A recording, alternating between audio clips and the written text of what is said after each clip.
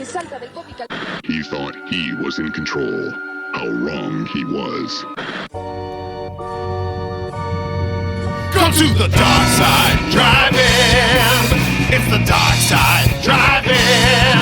Come to the dark side driving. It's the dark side driving movie club. From the deepest corner of the darkest universe, two brave hosts battle through nameless hordes of ghoulish monsters most foul, all to bring you the eternal glory of the Dark Side Drive-In.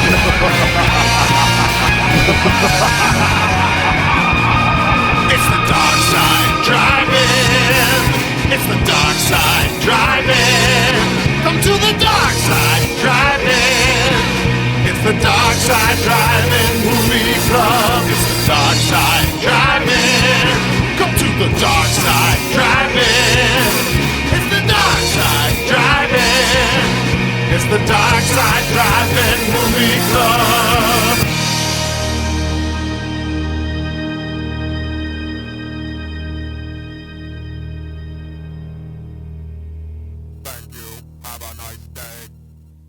Hey, what's up? It's Shane with Dynamis Media, and I'm joined here with Stefan. Yeah, humans are such easy prey.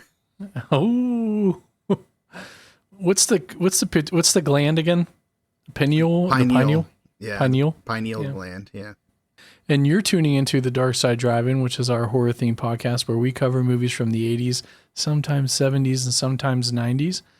Today, we have a very special, very, very special movie. For a bunch of reasons, but Stefan, what are we covering today? Very special, mostly to me. We are covering the inimitable Stuart Gordon in his directorial effort From Beyond. And so I did the Tubi version. When you have the director's cut, was there any real difference? Not that I noticed. I did some research actually on that. So I watched it on Tubi and I watched the director's cut that I have on Blu-ray, and it looks to me like the version that's on Tubi is based off of their collaboration with Shout Factory. Mm-hmm. And Shout Factory is like the same company that does Scream Factory. So like Scream Factory is like their imprint for horror films. Basically what happened was Stuart Gordon, the director, when he was going through his old reels, he found a lot of the stuff that he cut to get an R rating from the MPAA. Added it back in and then gave that to like Shout Factory to put into the director's cut. And then I think that's the version they actually put on Tubi, because it looked like it was only like a minute of footage, just like cutting some of the more gruesome scenes off. And let me tell you, that was not short of gruesome scenes. So I don't think that they cut it out for the version that's on Tubi. I don't know for sure. I tried to look that up beyond that, but the only thing I could find is that through line, how like there's like a whole channel right on Tubi dedicated to Shout Factory, Scream Factory, part of the same imprint.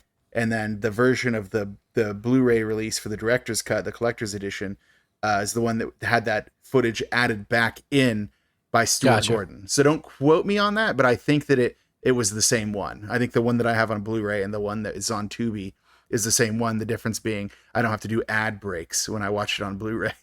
So there you go. Solid. No, I'm not gonna lie. I really, really like this movie. All right, good. I was worried about it when you beforehand were telling me that I was teasing you. Yeah, you had thoughts, and I was like, okay, they better be positive. No, I love this movie. It was so good, and I'd never seen this movie, so this is so thank you. This was a new one for me, and I absolutely loved it. So, but before we get into From Beyond any deeper, I think we have to get into why everyone's here, the reason for the season. A creepy questionnaire. That's what the reason for the season was? Yeah. Yes, the creepy questionnaire. The game segment? I don't know what you call it. Sure. So as you folks know, every episode we take some time to try to put Stefan's wit to the test. And I think today we got him. Folks. I don't know. We have to do the answer to last. We'll get there. We'll get there. Okay. Don't worry. Yeah, I'll give you your due. Boy, So do. So folks that are listening, if you don't already know, we post the questions on our social. Last week we had a question that was, which horror author's work is loosely adapted in From Beyond, Reanimator, and The Resurrected? And Stefan, you guessed. I guessed. Yeah, I guessed H.P. Lovecraft. And you were correct. Of course I was correct. I wrote my capstone project in college about H.P. Lovecraft's works. I knew this. So I chose that on purpose just to get us into this movie. I knew it would have been a little bit of a softball. That was clever. I did appreciate that. That was good. Try to, keep it themed. The one before was zombie based. So I, just trying to keep it going. But this one, I don't know, man. There was no rhyme or reason. I just, the heart of the cards, you know what I mean? So, the heart of the cards. So folks listening, I open to suggestions, for trivia questions as well. But we always love when you participate when I post the, questions you'll answer. So thank you to everybody that's been supporting us and, going to Instagram, Facebook, and just kind of interacting with us. It means a lot. So thank you. But Ooh, hold on. Before I'm going to derail you immediately, even though I know that you're trying to stay on point, but I need to bring this up because I looked it up really fast while you were talking. So obviously From Beyond and The Reanimator are directed by Stuart Gordon because duh. Did you know who directed The Resurrected? I do not. It was Dan O'Bannon. What? Our man from Return of the Living Dead. Was it really? Yes. Damn. Yeah, he directed The Resurrected. That's so funny. Like, I didn't realize that. That's cool. Small world. I know. It all comes together. It's all connected. Okay, now I'll go let you get back to get us back on track. To the question. Okay. Are you going to ask me if I'm ready? Are you ready? I'm the readiest I've ever been. Okay. That's how you know I'm ready. It's the readiest I've ever been. This week we're doing trivia. Awesome. Which 2014 movie was promoted as the first Iranian vampire western? I think it's A Girl Walks Home at Night. Or wait, is it A Girl Walks Home? Oh, A Girl Walks Home Alone at Night, I think is the name of it. Okay, and is that your final answer? Or you want to mull it over? Is it A Girl Walks Home at Night or I think it's A Girl Walks Home Alone at Night. I think it's that. Yeah, I'm gonna say A Girl Walks Home Alone at Night is what I believe the name of it is. All right, locking it in. I guess. I mean, I can't look it up, so I believe that's what it is. So yeah, okay. A Girl Walks Home Alone at Night. I just couldn't remember if it was A Girl Walks Home at Night or A Girl Walks Home Alone at Night. But I think it's Alone. It's a long title. So is it good? Oh, it is. Yeah, it's really good. It's interesting. Yeah, I saw Vampire Western and I had to do it. Yeah, I'm surprised to see it as a Western, but yeah, I get it. I get why they would say that. But yeah, it's an Iranian vampire movie. I had to check it out. So yeah, for real. I think it's on Shudder. Maybe it's not. Oh, no, it isn't. Yeah, never mind. I don't know where it's streaming. I believe that I saw it on Shudder when I first saw it, assuming it is A Girl Walks Home Alone at Night. But it's not streaming there anymore. It was like your standard suite of places. It was like showing Amazon Prime, which we know that's sus. So like can't trust that. Right. It's like Canopy, a couple other ones, but not any of like the major ones. So assuming it is that movie, A Girl Walks Home Alone at Night, it doesn't look like it's streaming anywhere right now. Well, Hoopla. I don't know if Hoopla is a good one. Hoopla, Canopy, Kino Now, Metrograph, YouTube. I think those are probably all like pay for ones. But I think that when I saw it, it was on Shudder. So maybe it'll make its way back there. I'll check it out offline just to see if it's like anywhere else that I have access to. But even if that's not the right answer, it's still a good movie and I recommend it. So cool. Yeah, no, I'll definitely check it out. It looks really cool. I was checking out the artwork and some of the trailers and stuff. It definitely looks really interesting. So yeah, I'm excited to check that one out. So I like guess we'll always, find out next 2 weeks if I was right or not. But even if I'm not right, check out A Girl Walks Home Alone at Night. It's still a good movie, even if it isn't the one. yeah, so we'll post this on our socials following the release of the episode, which I believe comes out June 7th. So Yeah, cool. This one will be 2 weeks. So Cool. Well, I'm excited to get into this. There's not a lot of cast in this movie, but where do you think the money went? Right, exactly. So I can't wait to get into this. I'm okay. Hold on. So I watched this the first time on a TV. Then I'm like, you know what? I kind of want to watch this on my phone. I don't know why. I'm like, I have a feeling this is going to be awesome on a headset. So I put in my AirPod. I have like the new AirPod Gen 3s, not the Pros, the other ones. It has spatial audio on, right? And you can pick between like off, fixed, or head turn. Okay. I highly recommend listening to or watching this movie in spatial audio mode. It is wild, the things that they did with the audio for this movie. And it's really crazy if you watch it where it mimics like it like matches where your head's facing. Like, do you know what spatial audio is? I don't know.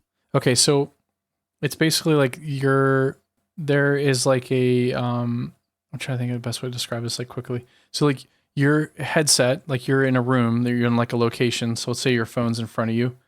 Spatial audio is a like technology that allows you to like if you're playing guitar, you could set the mic 10 feet away from the amp or 2 inches away from the amp, and the headphones would mimic the distance it is away from that object, right? When you do spatial audio with movies, a lot of times, like when there's room mics and stuff, like you've ever been scrolling through TikTok and you hear the thing where it's like knocking and it sounds like it's right behind you, like on your headset. I don't know if you've ever had that experience. Like some of the TikToks have like 3D audio or whatever they call it. Okay, no, I haven't actually done that. No. So stereo is when it's in both left and right, and like if you're in a room, if someone's standing to the right, they'll come through the right headphone or whatever. Like how it works, right? So spatial audio, it also does the front and the back. Okay. So it's like everything. It's super cool.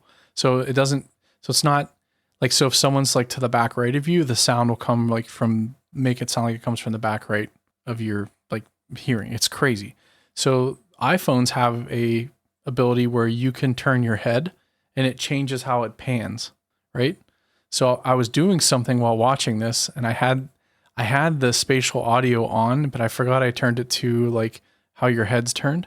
So it was sitting there and I'm doing things and looking around and it's like moving with me. It was creepy. I'm like, holy fuck, this is fucking crazy. So I highly recommend doing spatial audio and listening to this and watching this movie. It was a wildly different experience. The things they did with the audio in here is crazy.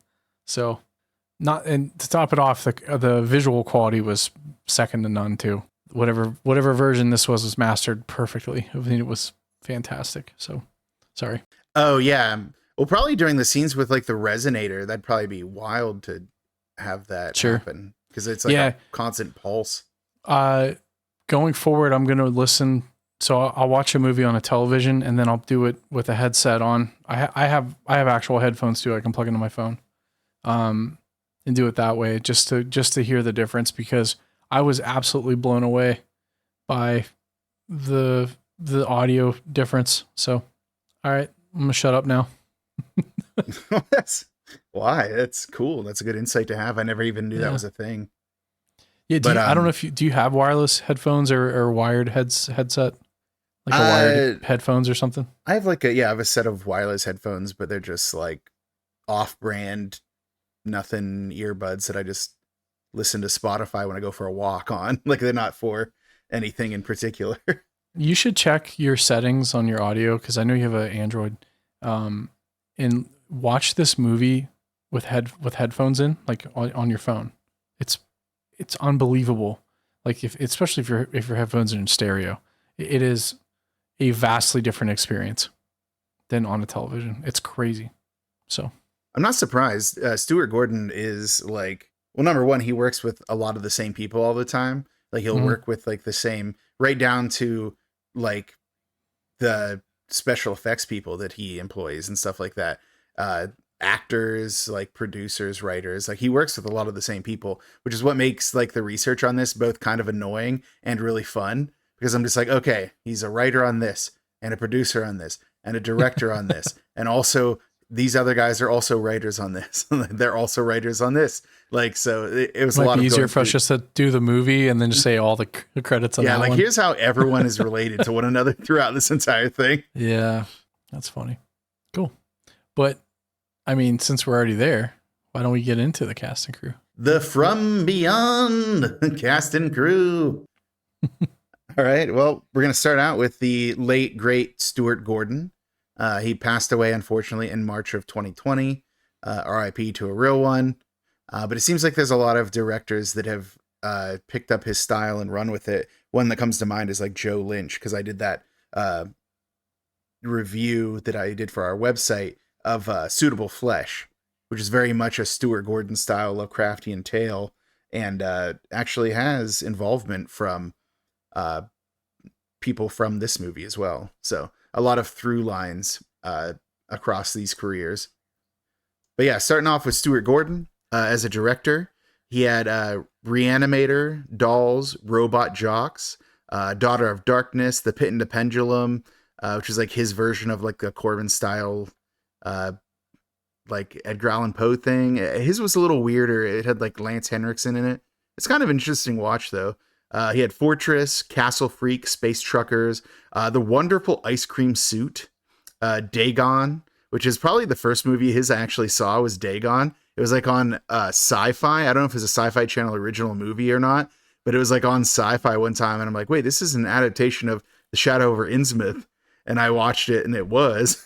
So it was like a good movie. I eventually got it at my local, like, whenever they had like the movie rental places would have their like DVD sales. It's like for $5, I can get any DVD I want. I got Dagon from them. Let me see. Directed episodes of Honey, I Shrunk the Kids, the TV show. 2 episodes of Masters of Horror, which was like that prestige, like horror TV show that was on, was it on Showtime or Stars? It was on one of those. He did an episode based off of Dreams in the Witch House, which is a H.P. Lovecraft story. And then The Black Cat, which is a Edgar Allan Poe. And I think he did his last directorial effort, or close to the last, was an episode of Fear Itself, which was a more recent anthology series. As a writer, though, he wrote Honey, I Shrunk the Kids, like the original one, Body Snatchers, The Dentist, Robo Warriors, Progeny, From the Dark. Some of these things are going to come up later, which is why I bring them up now. But yeah, Stuart Gordon, what's interesting is like Reanimator, his first ever like feature film directorial effort was 1985. Throughout like the, I think late 60s and throughout the 70s, he's actually putting together shows, theatrical shows. And he was doing one for like the university he was associated with. But they kept getting like shut down or arrested for lewd behavior because he was like pushing the boundaries of stuff. And a lot of them were awesome. like protest, like stage shows for like Vietnam and like a lot of these things. Like he was making statements, but it was all in theater. And he eventually went on to create his own, I think in Chicago, when did he relocate to Chicago for that? I'll have to look it up.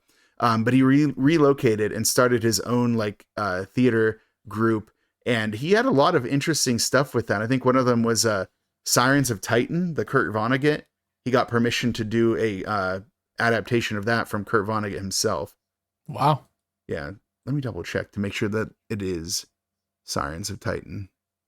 Yeah, it was Sirens of Titan. His Organic was the name of his like theater group that he had started.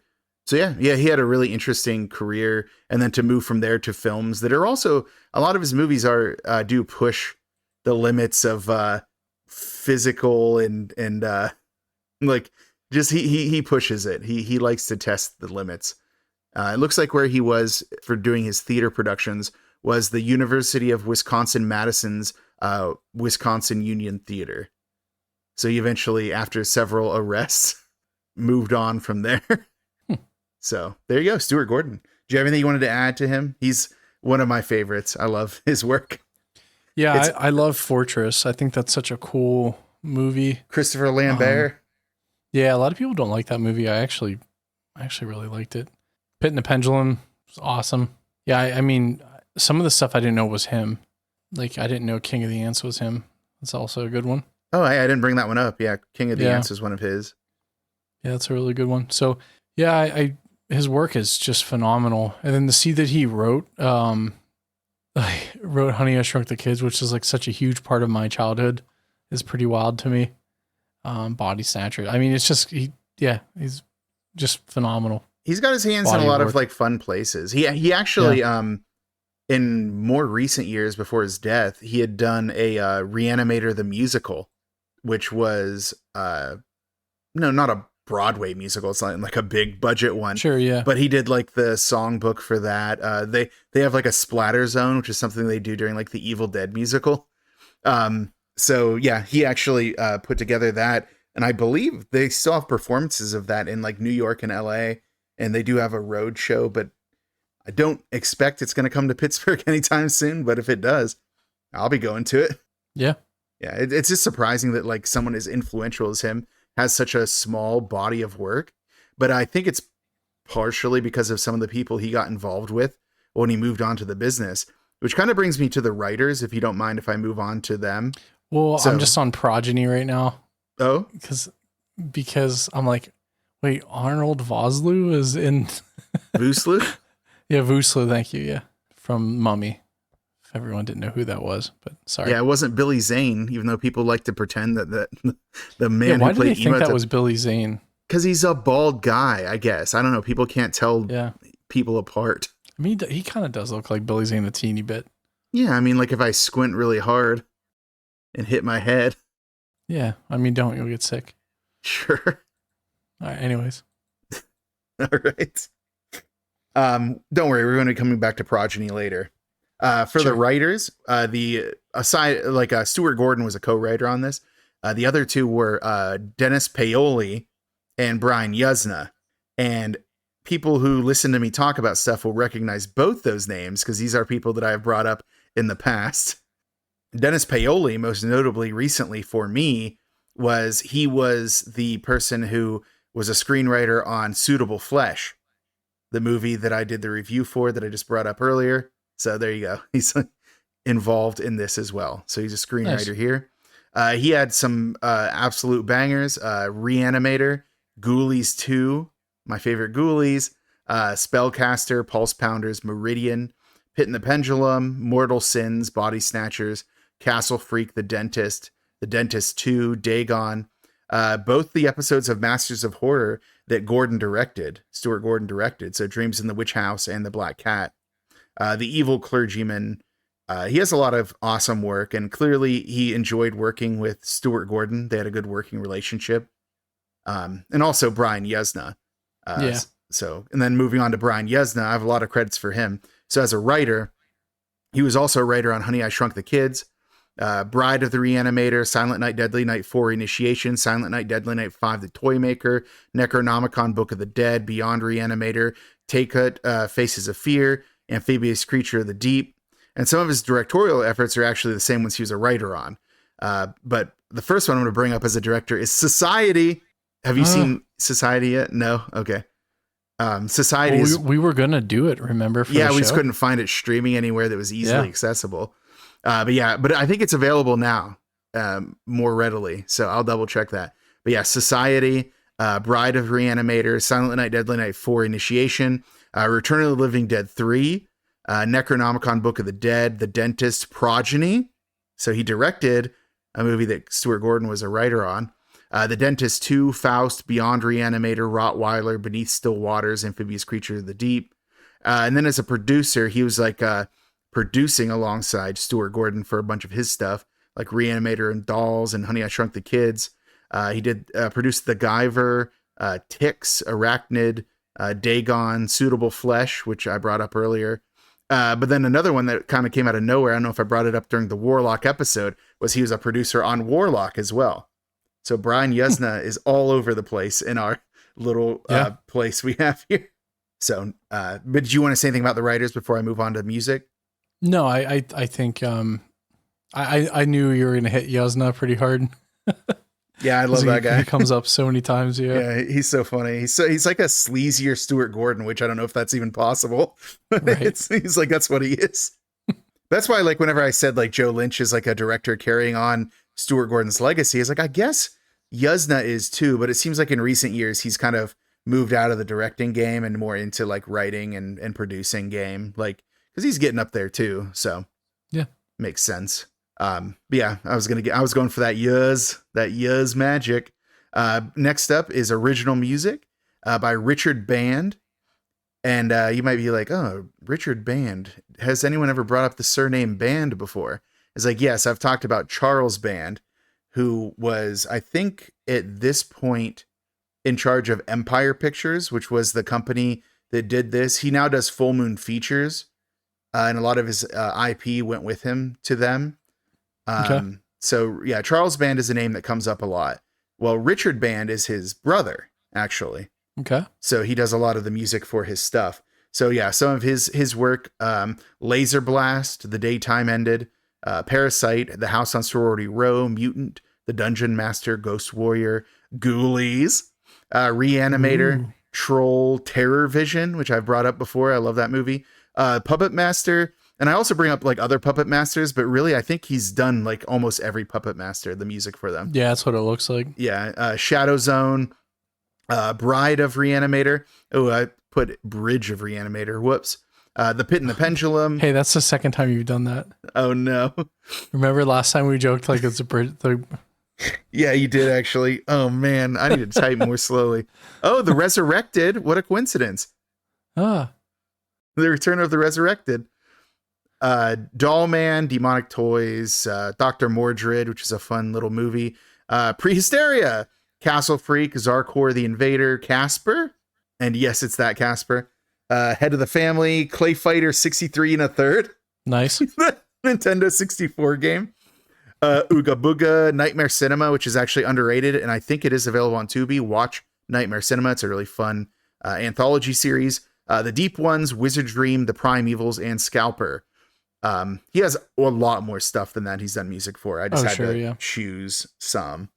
So, anything to add? You're more of a music guy than I am, so.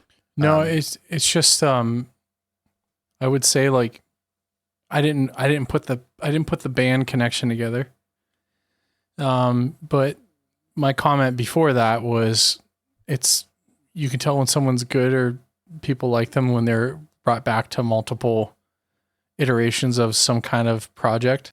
But knowing that his brother is also the producer and a lot of this stuff kind of helps. But yeah, all this stuff is great work. I mean, you know, he's busy. That's what I'll say.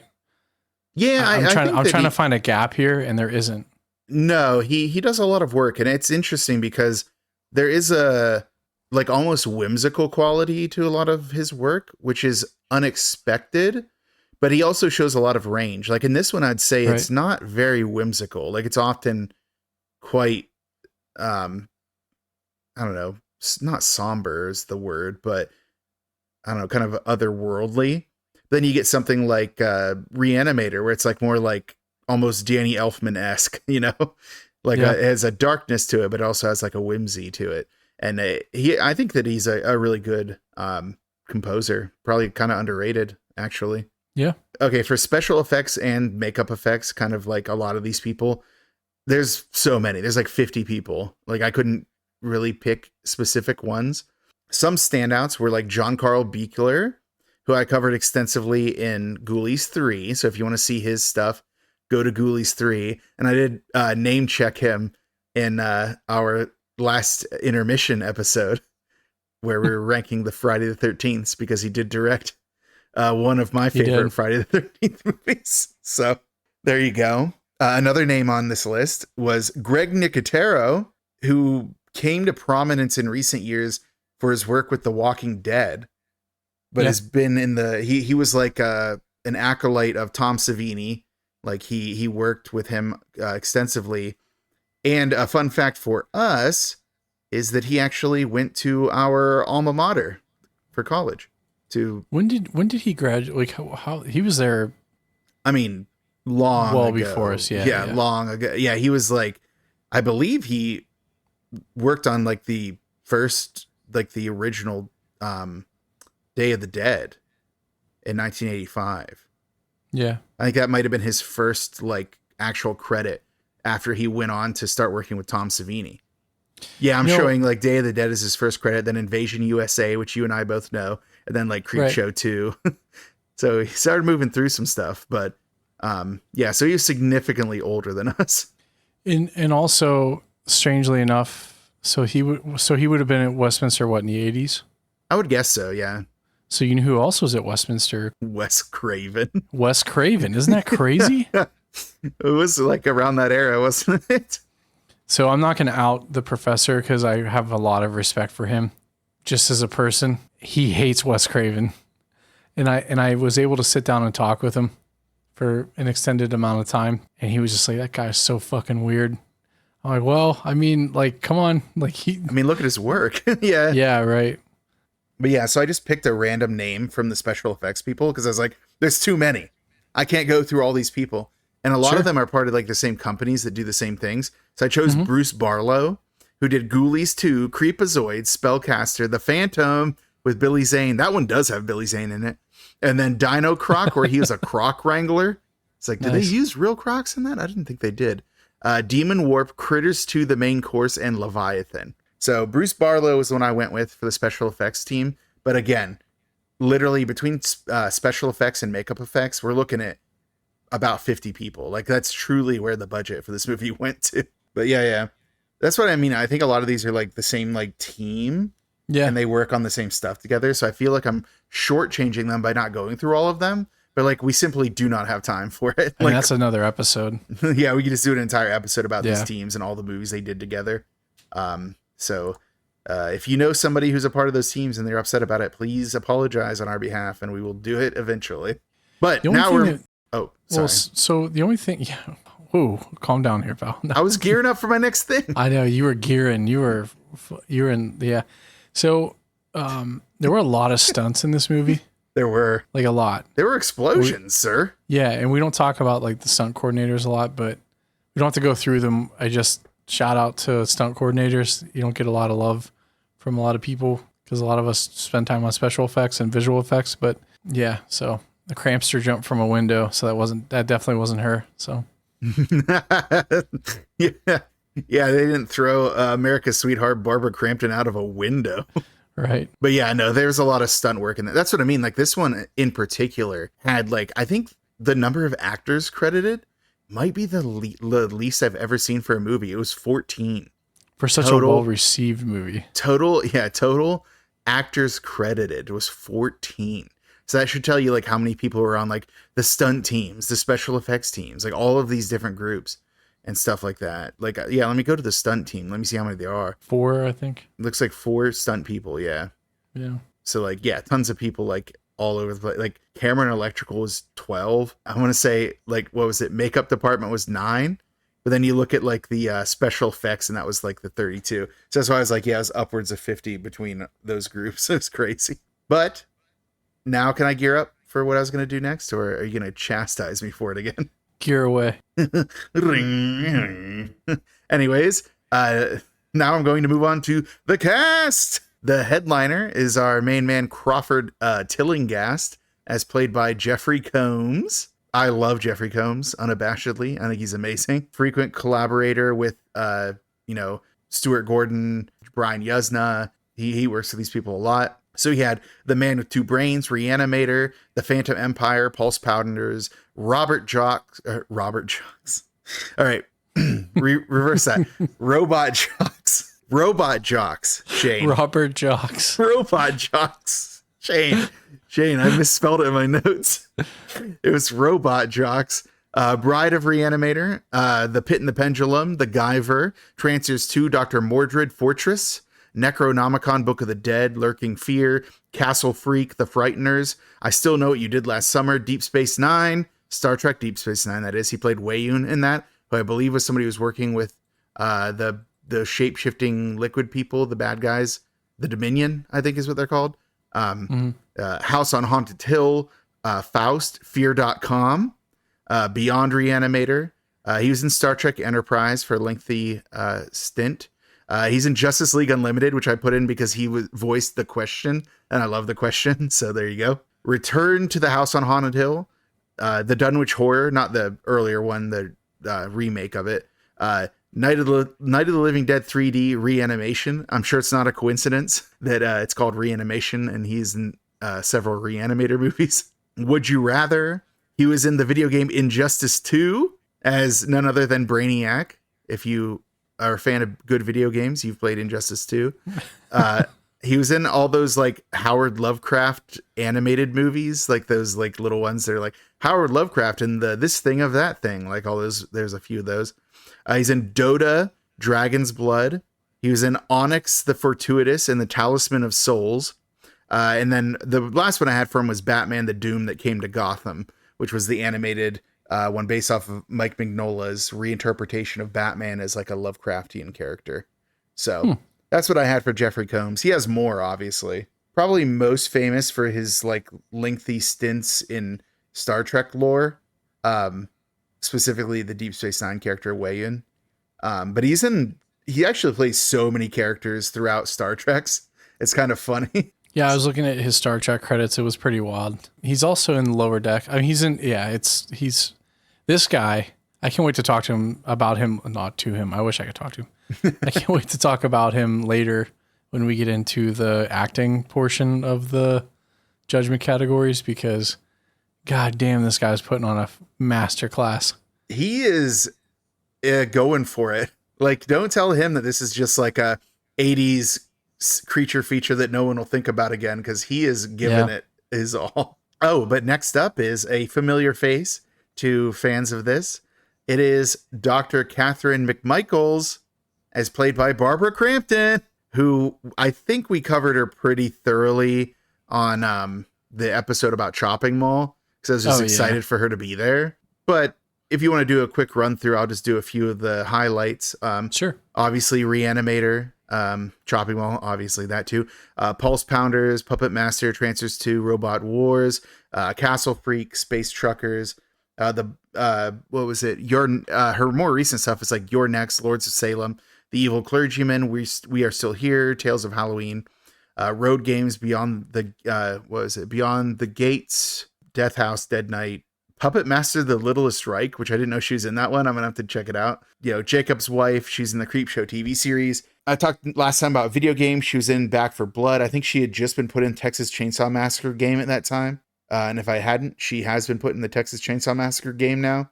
More recently, The Last Stop in Yuma County, which is a new movie, Snow Valley, which is upcoming. And then she was in Suitable Flesh. And then, she was in Dota Dragon's Blood, which I don't think I covered last time, which is funny because she's been in so many things with Jeffrey Combs. And I bring that up because she's also in Onyx the Fortuitous and the Talisman of Souls, where she plays, I think, Onyx's mother in that. It's just funny, though, because, I don't want to say that because I don't want to give away a possible plot twist in that movie if anyone wants to see it. But it's kind of funny that she doesn't share any scenes with Jeffrey Combs, but there's a thematic through line between their characters. So it's just funny how often those two, like, their careers intersect with each other, even though she took like that long hiatus to, stop being an actress and like raise her kids. She took like 20 years off and just came back like nothing happened. So there you go. I guess I don't have to get too into Barbara Crampton other than that she's rad. And I was supposed to be able to meet her at that one convention that was the Horror Realm one that was here in Pittsburgh, but her flight got canceled and she couldn't get out for it. Oh, you were pissed. What a bummer. I mean, it's not her fault. No, I wasn't mad at her. I was mad at the concept of airlines and why don't they give more flights to Pittsburgh? Because that's where I live, Shane. Fly more people to me, please. But that's all I had for Barbara. Did you have anything else for her? I mean, we've talked about her before, so I'm sure that we've covered her pretty thoroughly. But no, I think you hit the major points. I mean, it's a legend, and the fact that the revitalization seems like it's going extremely well for her. She's like producing stuff that she's not even in. Yeah. She's she has a podcast right now, which is kind of interesting. I can't remember the name of it off the top of my head. I just subscribe to them and listen to them. I don't actually look at the titles. And she has a column in Fangoria magazine as well. So yeah, she's very active in the horror community. So wonderful to see her back on the scene.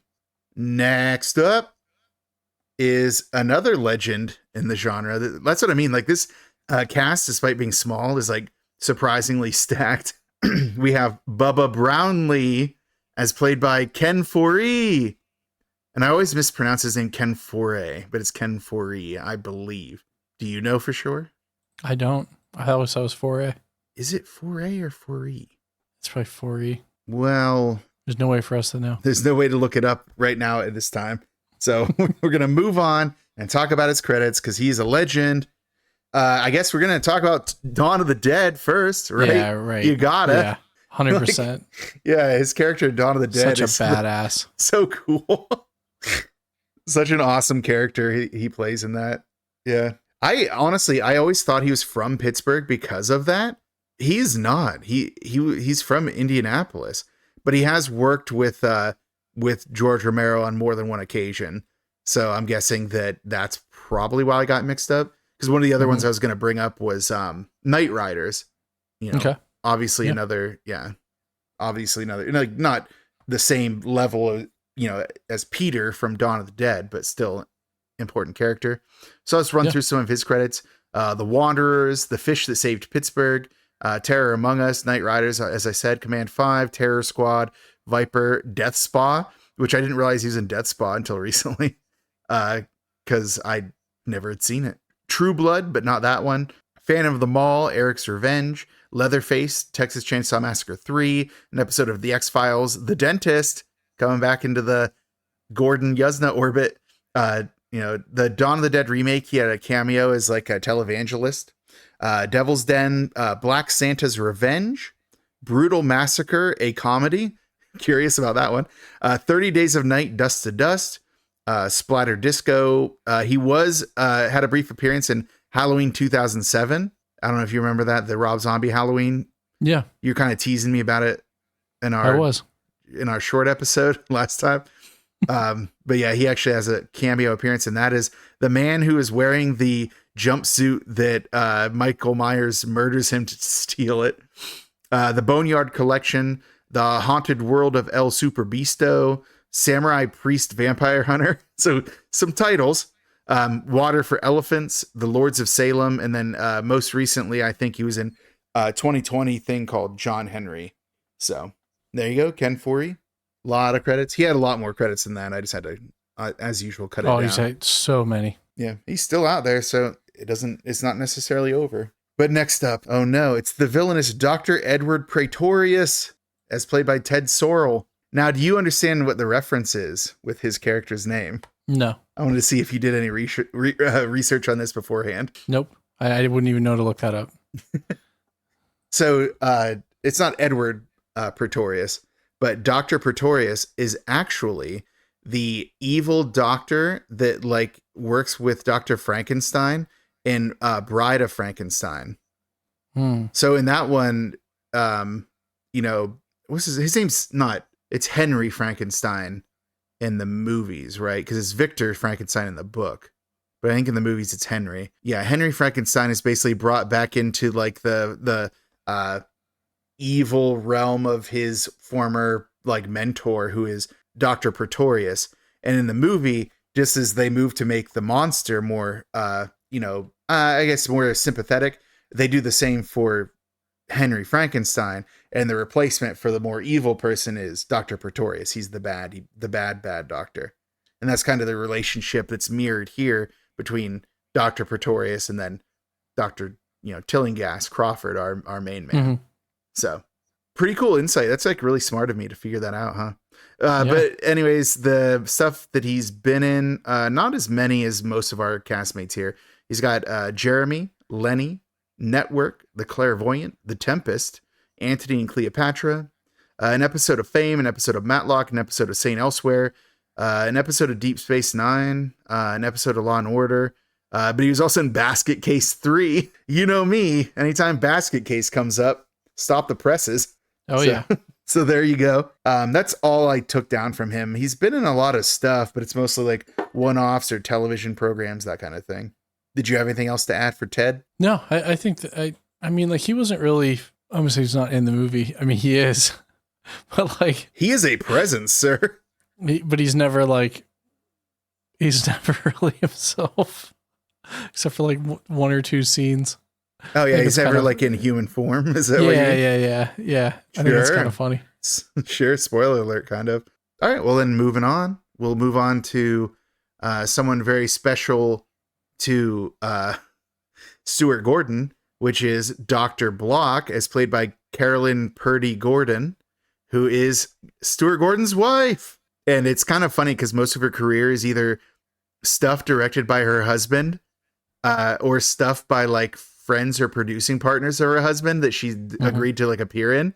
But she also has so many credits as a caterer. So she apparently would like prepare food for movies and stuff like that. That's awesome. It's like, yeah, it's like she's just around, but like, yeah, mostly only directing. I think it was like 3 things she like acted in that weren't like her husband's. And so her acting credits are Reanimator, Dolls. I put Robert Jocks again. Did you really? I did. Robot Jocks. The Pit and the Pendulum, The Arrival, Fortress, Castle Freak, Stuck, Snow White, A Deadly Summer, and then ABCs of Death 2.5. So yeah, you can count, I think, on one hand the things that she appeared in as an actor that weren't things that were, directed by her husband. So makes sense. But yeah, her catering credits are wild. So many. Next up is The Nosy Neighbor, as played by Bunny Summers, which I thought was funny because the actress was Bunny Summers, and the name of her dog that gets away from her is Bunny. Did you catch that? No. Man, I'm just That's over funny. here doing detective work, I guess. Yeah.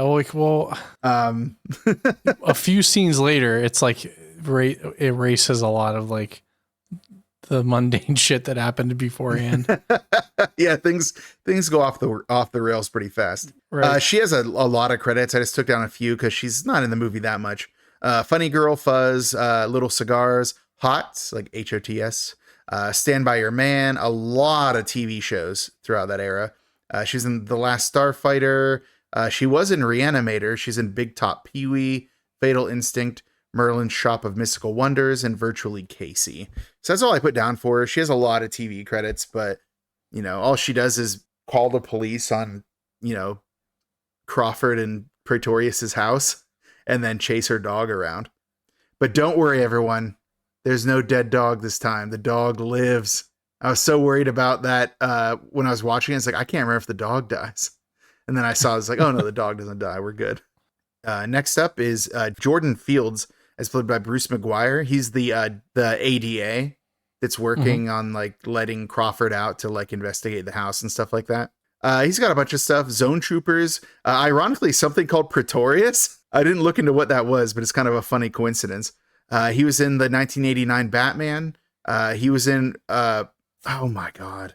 He was in Robot Jocks.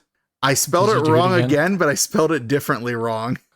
I spelled it Roblox Jocks. Roblox Jocks. Oh my God. Someone needs to spell check my notes. Okay. And then he's in Frankenstein Unbound, which I brought up when discussing Roger Corman.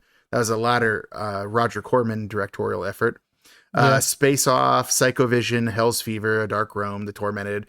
More recently, he's in House of Gucci, the apparently terrible movie with like Lady Gaga in it, I think. Like Who? Lady Gaga. Is that how you say it? No, it's how I'm going to say it right now. Yeah, with the Roblox Jocks. Okay. I got Jared Leto in it too. So That movie was terrible. veritable we who's couldn't, who we of- couldn't even get through it. veritable who's who of great talents. And then it also had The Good Witch of Christmas. He was in that, which I assume is a Christmas movie. And then he's in that television program, The Swarm, which I think just came out last year. So he's still out there acting. I just don't recognize him very often. Yeah. And the last person I'm going to bring up is the wino in the gurney when they're attacked. It's Mr. Albert Band. That's Albert Band. That is the father of Charles Band and the father of Charles Band's brother, obviously, Richard Band. We hope. well, as far as we know. So he's done it all over these years, which is surprising. So actor in The Red Badge of Courage, End of the World, Tourist Trap, Troll, but not Troll 2, the better Troll movie, obviously. Mm. Spellcaster transfers to Puppet Master 3, 4, and 5. So a lot of Charles Band stuff. Zarkor the Invader and Head of the Family. He actually directed some stuff, mostly older things. He's director of the Young Guns, not the more recent one. I Bury the Living. I like calling it the more recent one. It came out in 1987. Yeah, I was gonna say it wasn't that More recent than that one. His was in 1958. More recent on the geologic time scale. True. I Bury the Living, Massacre at the Grand Canyon, Dracula's Dog, which curious about that. But then also, hot take, Ghoulies 2. My favorite Ghoulies. I've been clear about this. He was the director of that. Dr. Mordred, Robot Wars, and then Prehysteria 1 and 2. And then he directed Aliens Gone Wild in 2006. I didn't look to see if he's still alive, but he's got to be gone by now, right? I don't know. I'm just watching this Oblivion show. Okay, no. It says he passed away in 2002, so how is he a director on a movie in 2006? I need to figure this out. Okay, so he's not listed on Wikipedia as the director of it. So why was he listed as the director of it in IMDb? This is why I don't trust IMDb. They're up to no good sometimes. Trying to confuse me, make me look dumb on my own podcast. How dare they? This Oblivion movie looks fucking wild. It's a weird one, yeah. It's on Full Isaac Moon Hayes in Features. Yeah, if you want to watch it, it's on there. Yeah, it says he's the director of Aliens Gone Wild. What is this? Oh, it's part of the... Oh, it's like a series of... Yeah. Yeah, it's like a... What a weird thing. Barbara Crampton's in it. Yeah, because they use footage from Beyond. So it's just like a clip show, basically, of movies. Vignette titles, Space Freaks, Alien Classics, and From Beyond. Yeah. So, yeah. Okay. So it's just a compilation. It looks like Oblivion's in there, too. I might have to watch Oblivion, but it might be bad. Well, if you need a Full Moon Features login, I got mine. It's on there, so... But it might also be on Tubi because they have an agreement with them to have some of their content on there. Yeah, George Takei's in there, like. And then my last thing for Albert Band was he was like a producer on like so many things. Yeah, like so much of the work that Charles Band was doing and everything. So a lot of credits on this dude's list, but for sure. That's all I had for the cast and crew. Well, did you have anything to add? Did I forget anything? Nope. Did I overlook anything? Did I misspell robot jocks one too many times? Perhaps. I guess I didn't have to tell you every time I misspelled it. But the first time I misread it as Robert Jocks, I felt like I had to explain why that happened. I think it's and it was just like I think it's funny. You're like, you got to cut this out, and then proceeds to find 7 more times where you have misspelled it in various ways. I still can't believe I did Roblox jocks. I don't even know what Roblox are. Does anyone? I would assume people with children. Well, speaking of children, what's next? I don't agree with that transition at all.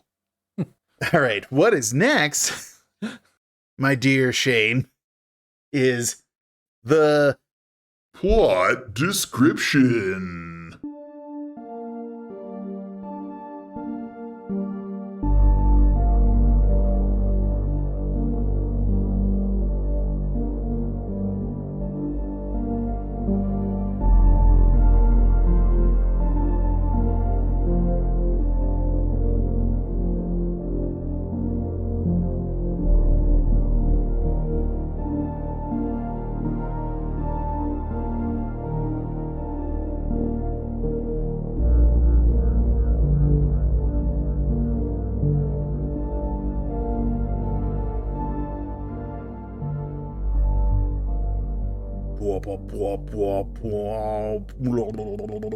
I don't know.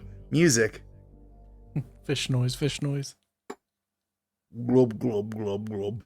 It is time to go from beyond. Starts up. MGM Lion, Leo himself, here to hang out with us. We open on Jeffrey Combs' character, Dr. Crawford Tillinghast, as he's typing away at a very old computer at his desk. The computer indicates that whatever the process is underway. So he runs around to all these like big looking like room-sized computer machines and is just like tinkering with like buttons and dials. Is like, oh, that's some serious technology right there, buddy. In the middle of the room, we get our first glimpse of a large object that we will later learn is the resonator. So remember that.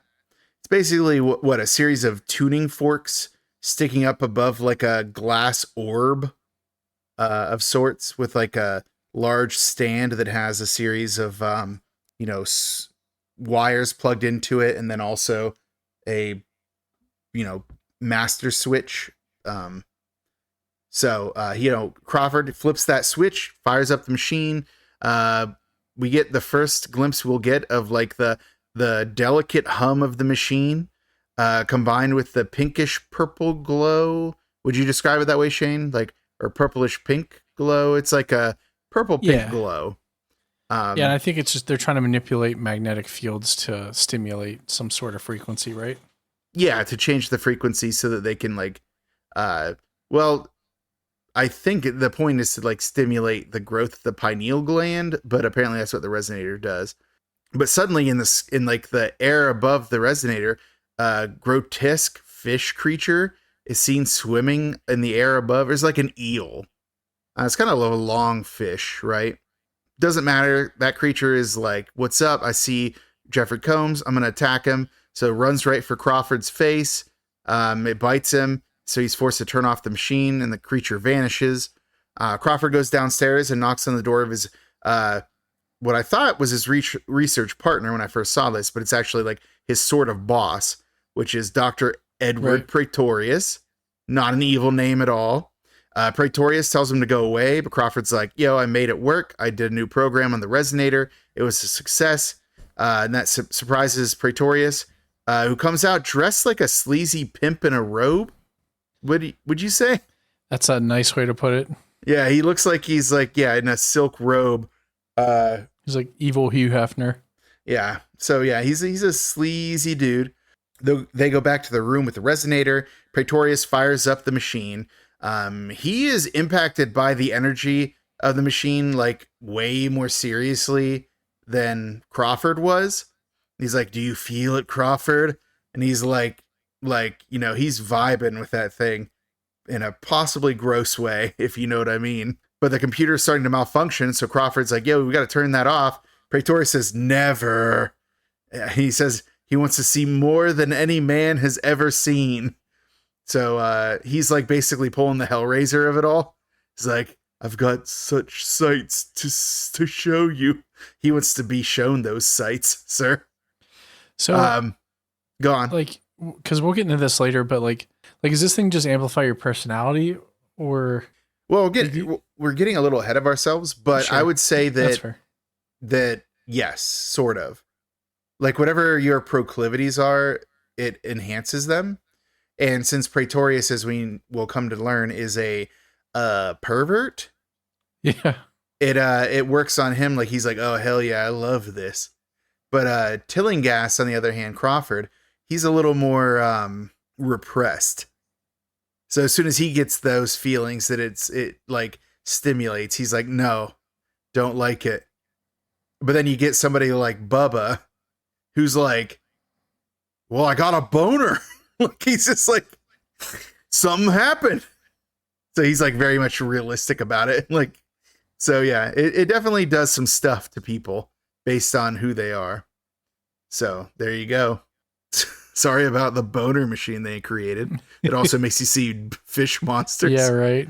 But yeah. So, but Praetorius, he's like, something is coming. And suddenly the windows start to break open. Across the street, nosy neighbor lady is on the phone with the police to report a disturbance. The police don't seem to be responding to her call the way she wants them to. She's like, you told me to call when there's a disturbance or whatever. But then her dog runs away and runs towards the house. This is why I'm like, oh man, I can't remember offhand if this dog dies. Mercifully, it doesn't. Nosy neighbor lady follows the dog, Bunny, and enters the house, because that's what you do when your dog runs into a house. You follow it in. Always. She gets nearer and nearer to where Crawford and Praetorius are doing their experiment. Also, there's a "Don't Tread on Me" flag there for some reason, but it's like the old revolutionary style of it. And then there's also a Revolutionary War flag. And I was like, this is like a museum. One. Yeah. So I was like, oh, this is like a museum. And I looked it up and it is. Like the house that was Praetorius' house was a museum. So there you go. Makes sense. But the nosy neighbor wanders up the stairs of the house. She can hear shouting as Crawford and Praetorius are arguing. Bunny the dog is at the door where the experiment is. And then suddenly an axe smashes into the door. And the nosy neighbor flees, thinking she's in danger. But this is kind of funny. So she's running down the stairs and Crawford like runs past her. Like he's like trying to get out more than she is. So he is not chasing her. He's in fact fleeing. The cops did end up showing up because, sometimes they have to earn their salary. And they end up arresting Crawford on the spot without questioning him, without any evidence, without probable cause, other than that he's running. But nosy neighbor, when she gets outside, realizes that Bunny's not with her. She has to find him. She goes inside, and where does she find Bunny, Shane? Next to the headless corpse, right? She's licking that bloody neck stump of a now decapitated Praetorius. Anyways, now it's time for the opening credits. Empire Pictures, Charles Band's company. It's a Brian Yuzna production. It's H.P. Lovecraft's From Beyond, who I didn't mention it during the cast and crew, but I do love H.P. Lovecraft's work, despite how problematic he is. So it's playing all the hits for me right now. And I do love the pinkish purple letters that are chosen for the opening credits. Until like the opening credit background starts looking like worms writhing in the background, like highlighted in blue. Got kind of gross for me, but that's fine. Back to the movie. We find ourselves at a mental hospital where Dr. Block is meeting with a member of the DA's office, who's the ADA that we're talking about, who's there with Barbara Crampton's character, Dr. Catherine McMichaels. Catherine is there to analyze Crawford to determine if he's considered sane enough to stand trial for Praetorius' murder. As Catherine follows Dr. Block to Crawford's room, we get a nice little rogues gallery, a who's who of the various residents of the mental hospital doing their various degrees of crazy things. Probably the weirdest one is that dude who is totally nude and seems to be pleasing himself. Didn't need that. Yeah, he was going for it. He was up to no good. So mercifully, he was turned around. So Catherine meets with a very nervous Crawford, questioning him about his past, including his promising days as a physicist from Miskatonic University, how he got to work with the prestigious Dr. Praetorius on his experiments, as we saw. She asks about them, and he explains that they were trying to stimulate the pineal gland with resonant frequencies because Praetorius believed that the pineal gland was a dormant sensory organ. Catherine's like, oh, that's not a new theory. Descartes called it the third eye, and Crawford insists that it's not a theory, but in fact, they proved it. Things go off the rails pretty quickly because Crawford also then says that the resonator reveals the existence of like invisible creatures that are always around us, but when they're revealed to us, we're revealed to them, which is why he has to destroy the device, because you can't have these critters getting out. So, she was on board until he started talking about invisible monsters around us all the time.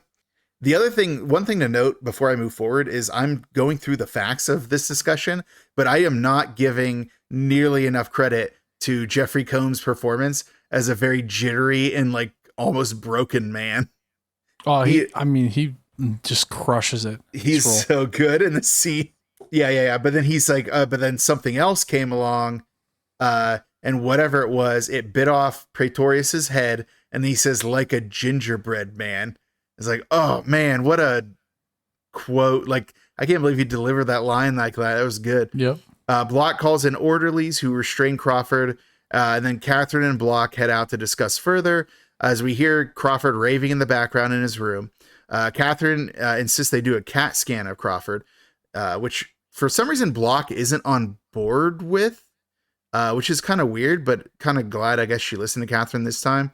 Dr. Block I don't understand her as a doctor throughout this movie. Yeah. She seems to always be doing the wrong thing. She's vindictive. You know what I mean? Like, does she have like her MD and being wrong all the time. Yeah, really. PhD in incorrect. I don't know. It's a great joke. PhD in incorrect. But yeah. So they go, like Crawford is not excited to be in this machine. I guess it reminds him of the resonator. So he's freaking out as they put him in for the CAT scan. But they do discover that Crawford does have an enlarged pineal gland. In fact, it sounds like it should be doing damage to his brain, the way they describe it. But apparently not, I guess. Block thinks that it is a tumor, and that's what's causing his delusions. Which again, like, then why didn't you do a CAT scan earlier if that was a possibility? But Catherine thinks that he's telling the truth and wants to repeat the experiment. Block insists that Crawford is just a paranoid schizophrenic. There's no reason to indulge him in his delusions, but Catherine is asking the ADA to let them recreate the experiment. And, Block is like immediately like, everything you do is unethical. You've had problems in the past. And like the ADA wants answers about what's going on. So he greenlights this experiment. So cool.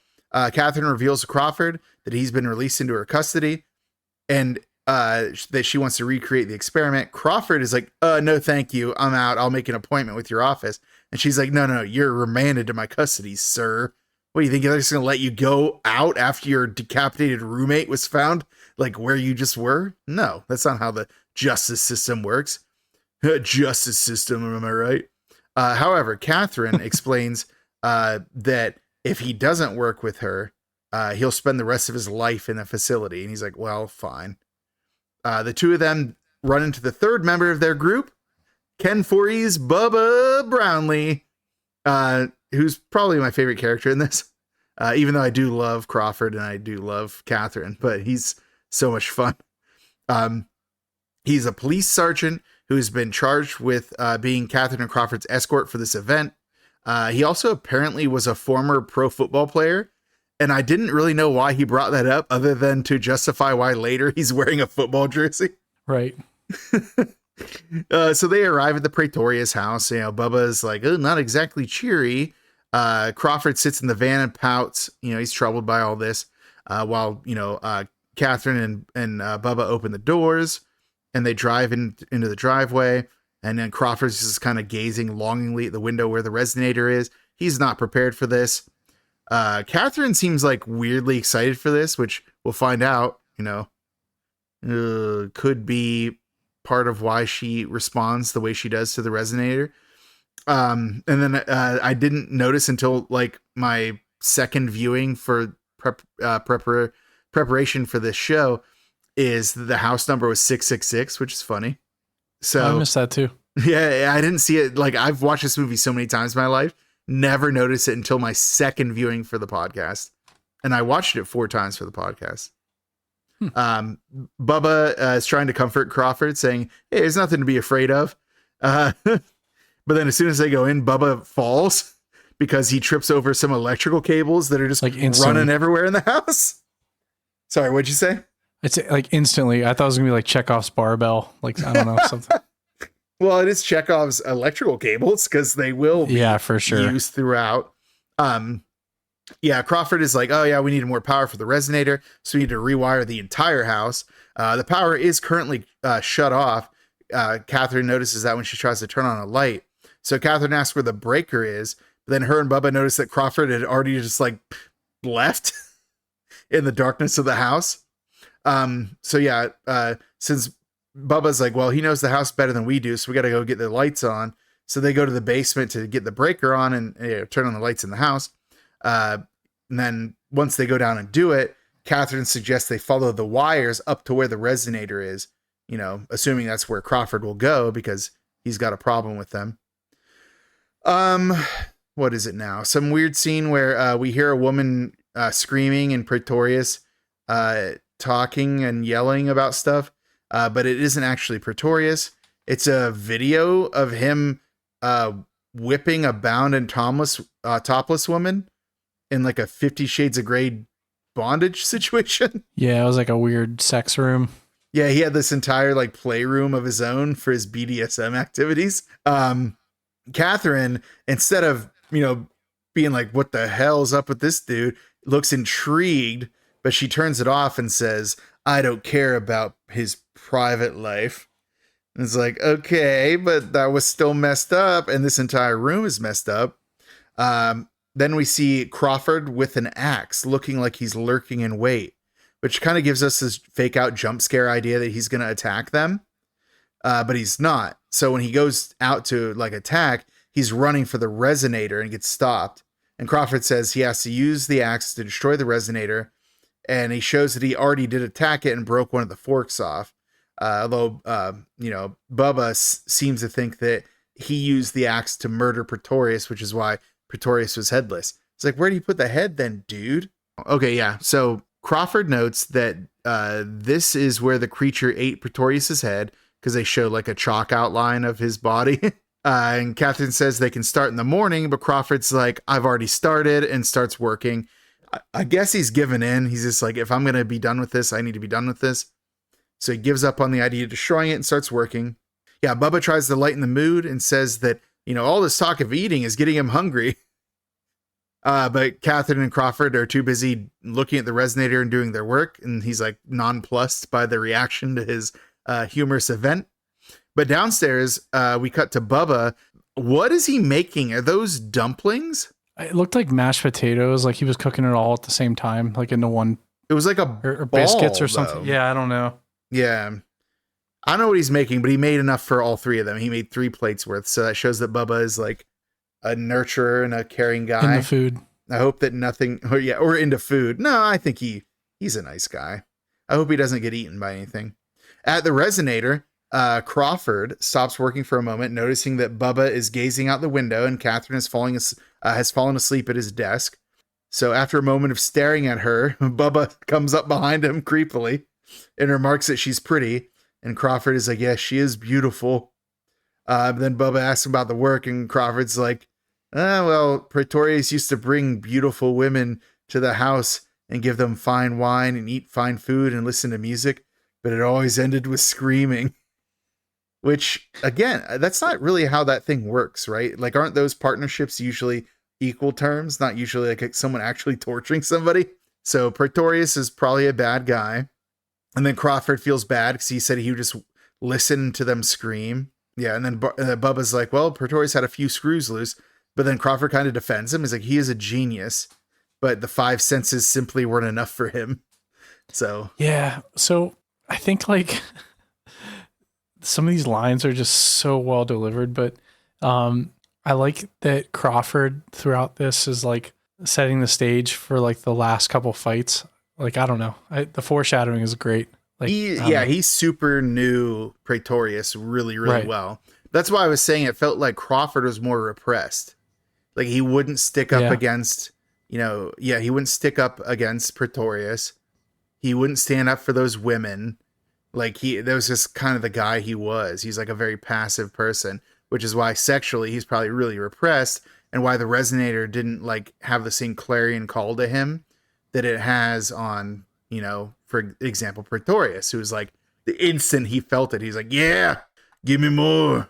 Right. He's like, give me fuel, give me fire, give me that which I desire. Oh. So, yeah, as the men are talking, though, Catherine wakes up and then, like, just looks at them staring at her. It's like, oh, is the work finished? It's like, maybe be more concerned about these 2 men just kind of leering at you, lady.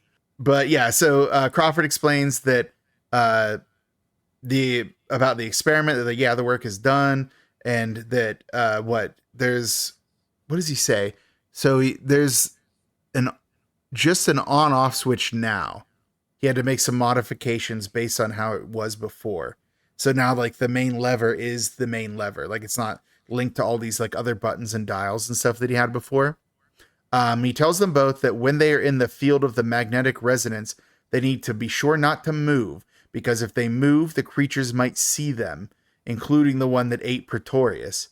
So he like explains to them that, like, when they can see us, that when we can see them, they can see us, but they don't react unless you move. So one could say their vision's based on movement, like a T-Rex, Shane, like a T-Rex from Jurassic Park. Bubba is like asking the questions, like, what do you mean it that ate Pretorius? And Crawford says, He's going to stay by the switch, but if that creature appears, he will immediately cut the power to the experiment. And he goes ahead and flips the switch. We get the effects of the resonator on everybody, a burst of wind that is going through the entire place, that faint pinkish purple glow. The tuning forks are starting to light up. Everyone's getting the field in various ways. They're affected by the wave, but what is it? Like Crawford and Catherine are like both like revved up and staring at each other like they're about to make out. So they're very fixated on one another. Bubba, on the other hand, he's seeing the creatures moving around in like the air above the machine, and he does the thing that he was told not to do. It just walks towards them and like reaches out towards them. So he gets attacked by a jellyfish looking creature, which lashes onto his arm, starts nibbling down on it. And they're mostly jellyfish creatures, and then also the long eel fish creatures. Those are the ones we see most of the movie. The jellyfish is like nibbling, like he rips it off, and it's like got like underneath its like jellyfish mushroom head some jaws that are going crazy. So it's a pretty mean looking jellyfish. Then Catherine asks if that's what he saw to Crawford, and he says yes, and explains that these things are around us all the time, but we can't perceive them until the resonator like gives us the ability to. And then Catherine checks on Bubba, who he's like, I lost a piece, but I'm doing good. And Crawford reiterates that moving in the field will make it so that they are more likely to be perceived by the thing that he insists is going to show up, the one that killed Pretorius. But we suddenly hear Pretorius's voice. Shane, it's Pretorius. He's talking to Crawford. Out of nowhere with a steel chair. Pretorius. Yeah, with Chekhov's Pretorius. Yeah, Pretorius walks out from the shadows looking kind of normal, but wet and naked. So not as normal as you'd like. This scene was wild. When he first emerges? Yeah. Like I'm like, holy shit, this is going like 0 to 60. Like, I thought it was cool. They don't waste any time getting us to a fully nude Pretorius who's standing there looking all wet. Like, hey, what's up, guys? You want to see some sexy stuff? Yeah, he immediately, though, is like looking at Catherine and is like, introduce me to the lady. Because, he's a sex pervert. Crawford notes that he saw Pretorius die, and Pretorius is like, I didn't die. I just passed beyond. And Crawford asks him how, and Pretorius is like, I am the master here. And Crawford still seems to be in doubt that it is even Pretorius. But then Pretorius does like a weird, like almost Jesus thing. He's like, touch me and see if it pleases you. And then like helps you understand. So Crawford inches forward to touch Pretorius, and once he gets there, he like puts his hand on his shoulder, but his hand kind of like goops into it a little bit. Like there's not real flesh or bone there. Just like it was like, yeah. Yeah. And then Pretorius decides to take that opportunity to rip his face off and explain that the body changes, but the mind is indivisible. And then his face turns into worms, and he starts to like laugh as his head splits apart. And Bubba takes the opportunity to take his gun out and start blasting, which understandable. I would be freaked out. Yeah. And then as the body is ripping apart, Crawford gets over to the resonator and turns it off, and Pretorius disappears. It's like, yeah, man, you should have done that way earlier than that. That was a gross experience. Everyone seems shaken, including Bubba, who runs back and vomits on the floor next to everybody. He's had an incident. In the kitchen the following morning, everyone is reflecting on what happened. Catherine is excited by the entire endeavor. Crawford is just marveling about the idea that Pretorius somehow became the thing that ate him. Catherine insists that this proves that Crawford wasn't insane, but he's not so sure. He's still very troubled by what he's seen. And she says that he faced his fear and overcame it, saving all their lives. And then Bubba walks in the kitchen and agrees. And I think this is where Bubba really starts warming up to Crawford. Is because between here and the end of the movie, they're pretty tight. Or at least the end of the movie for Bubba. But it's sort of funny because Catherine's been like, doing like sunny side up eggs and like making breakfast for everyone and offers it to Bubba. And he's like, how can anyone eat after that? Like, Bubba's having a hard time, which is the first time Bubba has not been interested in food. Ever, probably. Like, but yeah, I mean, truly. But then that's when she reveals that, well, we can't work on an empty stomach. And that's when we find out that she's planning on continuing with the experiment. And she wonders if schizophrenic patients are actually mentally ill, or they're dealing with, or if they're dealing with naturally enlarged pineal glands that allow them to perceive the world the way that they do when the resonator's on. And Bubba's like, and she says something like, oh, can we statistically determine how many people are possibly seeing the like real things? And then Bubba's like, can you statistically determine why I had a hard on? Like, it's such a, like, it's like, I mean, can you, lady? That's where you get the idea that she just wants to turn this machine on because she's like enjoying it. But yeah, so like Catherine says something like, the pineal gland also regulates the sex drive. So it's possible that there's a accompanying sexual stimulation. It's like, possible, lady? We all saw you when you turned that thing on. And then Bubba's like, well, hey, hold on. We learned what we came for. We know that Crawford isn't crazy. We know that a creature really did attack Pretorius. But Catherine wants to do the experiment again because she says, what, like, you can't just do an experiment once. You have to do it twice to verify results. It's like, sounds like an excuse. Because both Crawford and Bubba are reticent. But Crawford does seem a little more interested because this is his life's work, after all.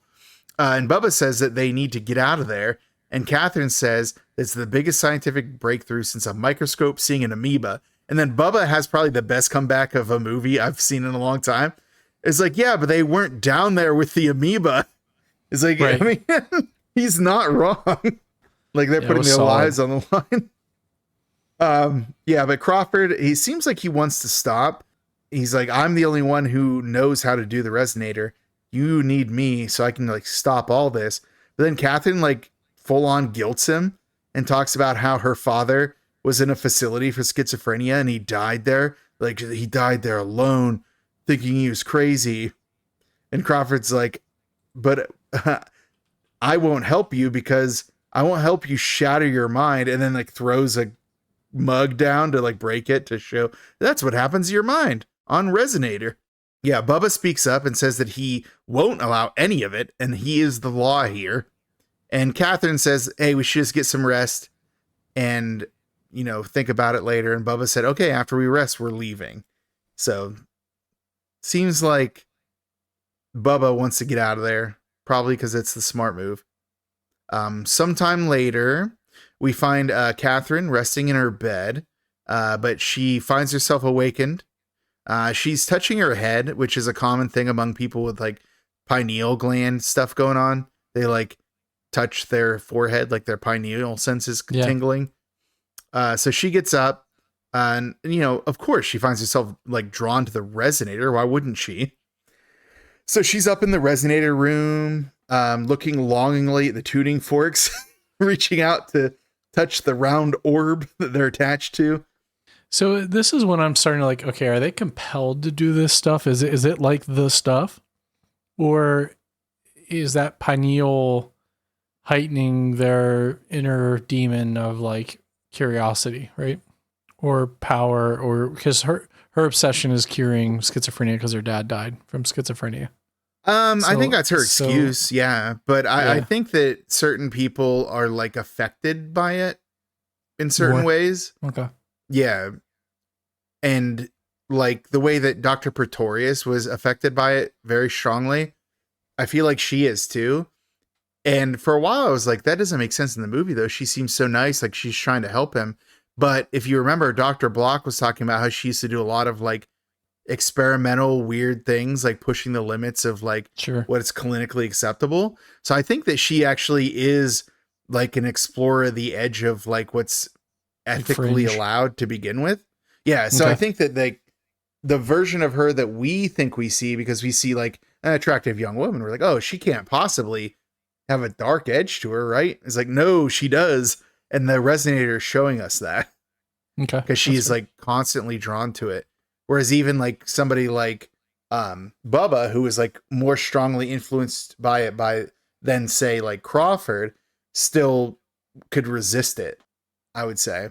So Yeah. that's just my thought, but Sure. but yeah. So we get to Crawford, who's like sleeping in a bed in Pretorius's bondage dungeon. Why is he sleeping there? That's the Chekhov's room they bondage gave him, I dungeon. guess. What's that? Okay, hold on. There's a lot of problems here, but I said Chekhov's bondage dungeon. I mean, it is sort Yeah, of. right. But like he had a room at that place. He did. Why is he not in it? Why is he in the bondage dungeon? I don't know. They put him there just to put him on edge. But he's like also restlessly like sleeping. He's like tossing and turning. We cut to Bubba. Bubba's experiencing the same thing, so they're all getting it. But it's just Catherine's more strongly affected. It cuts to Catherine, who like obviously turns on the resonator. She starts to experience a painful effect at first. But like when it's turned on, Crawford is awakened immediately and runs up to find Catherine bathed in the purplish pink glow, her nightgown flowing in the breeze of the machine, which is a very ethereal scene. I actually like that scene a lot.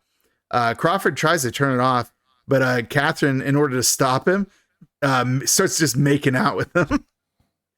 He's like, oh no, what will he ever do? Crawford tries to snap out of it and put a stop to everything. But Pretorius tells him not to stop it. He's arrived. But Pretorius is now in like half melt flesh monster mode.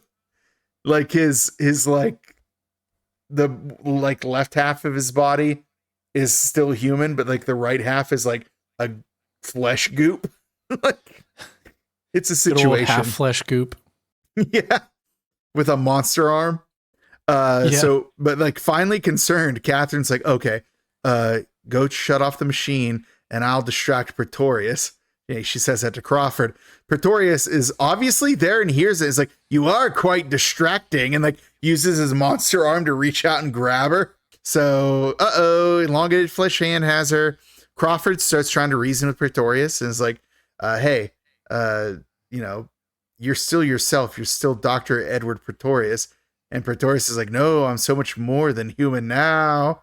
And he's like, apparently wants to merge everyone's mind with his own and like make everyone join him.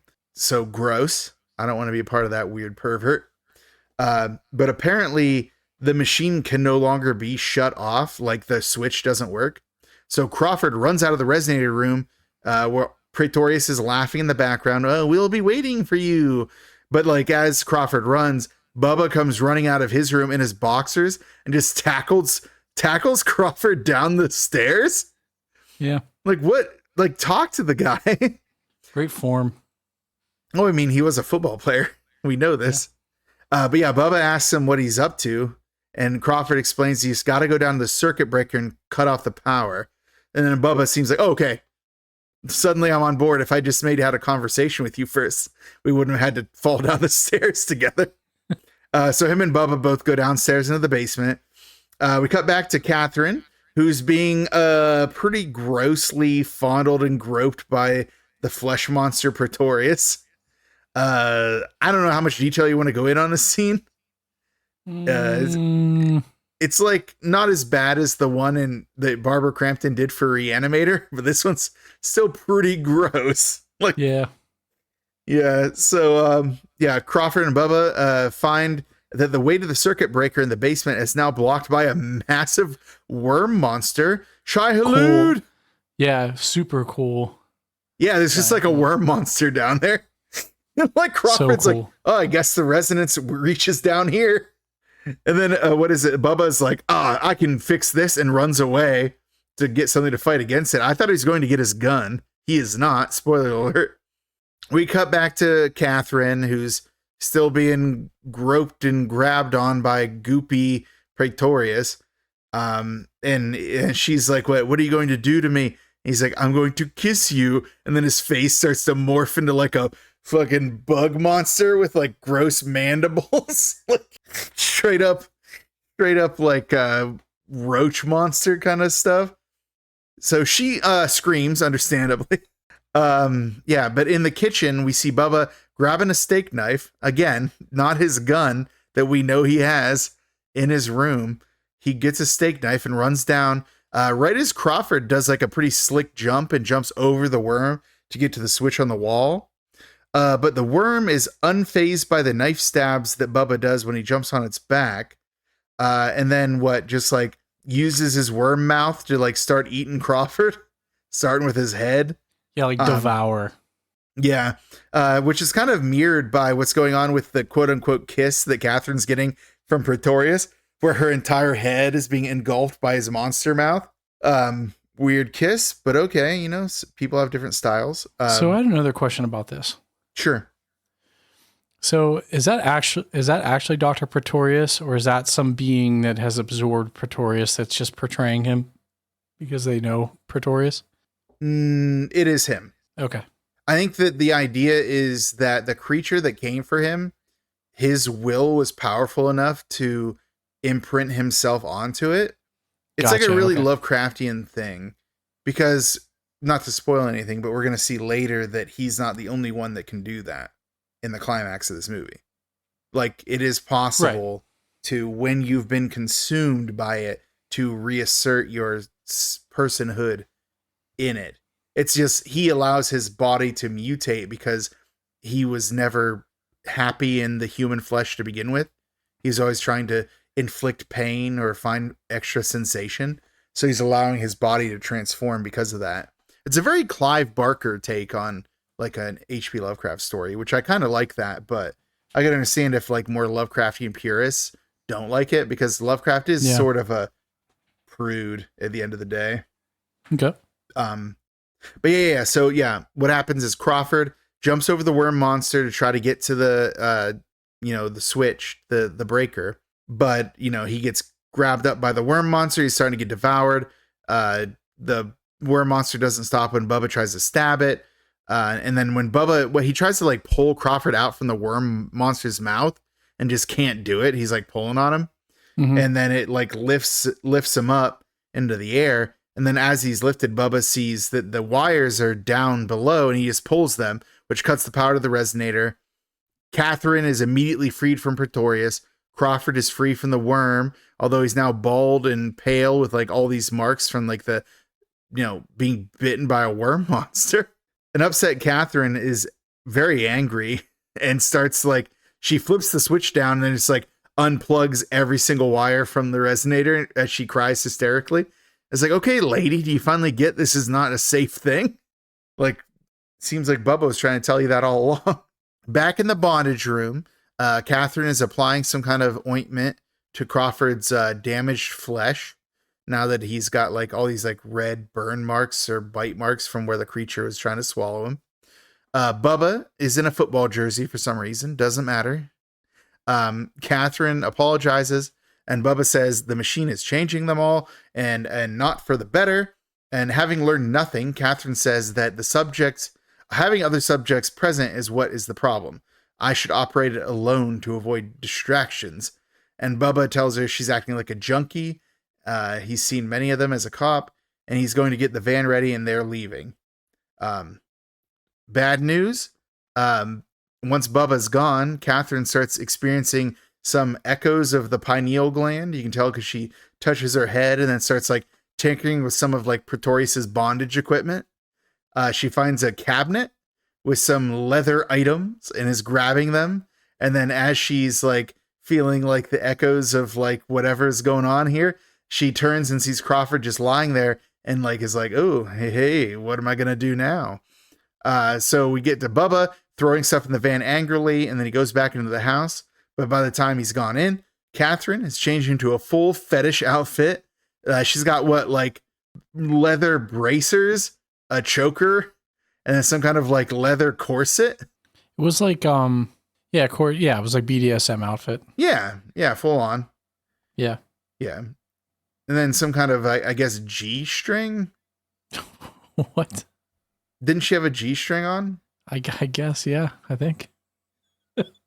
Well, then I'm just trying to describe the scene, Shane. Okay, you're good. Because let me tell you, she's about to do some very gross stuff in a minute. Did she have her glasses on? No. Okay. and she's applying lipstick, very thick red lipstick. So she's up to something here. She goes and sits next to Crawford, who's unresponsive and, still laying there damaged from the worm monster. And then she starts reaching down to his gentleman's zone. Yeah. His other pineal gland or whatever. Yeah, his other pineal gland, if you know what I mean. Yeah. But then she climbs on top of him and looks like she's about to be doing a Pretorius move here. But luckily, Bubba comes in and he appropriately asks what she's doing. He tells her that she needs to get dressed. He says, I told you to get dressed. But if you want to go out looking like that, that's fine. It's not a going out outfit. He asks if she's going to going out looking like that. She says no. And that she loves what he's done with the room. I don't really know what she means by that, but she starts like grabbing on Bubba too, who's not on board with this. He's like, absolutely not. So he like grabs her and just like puts her in front of a mirror and is like, is this who you are or whatever? And then she finally like snaps out of whatever like weird thing is going on. Unfortunately, at that exact same time, electrical stuff is happening in the basement and the resonator turns itself on, Shane.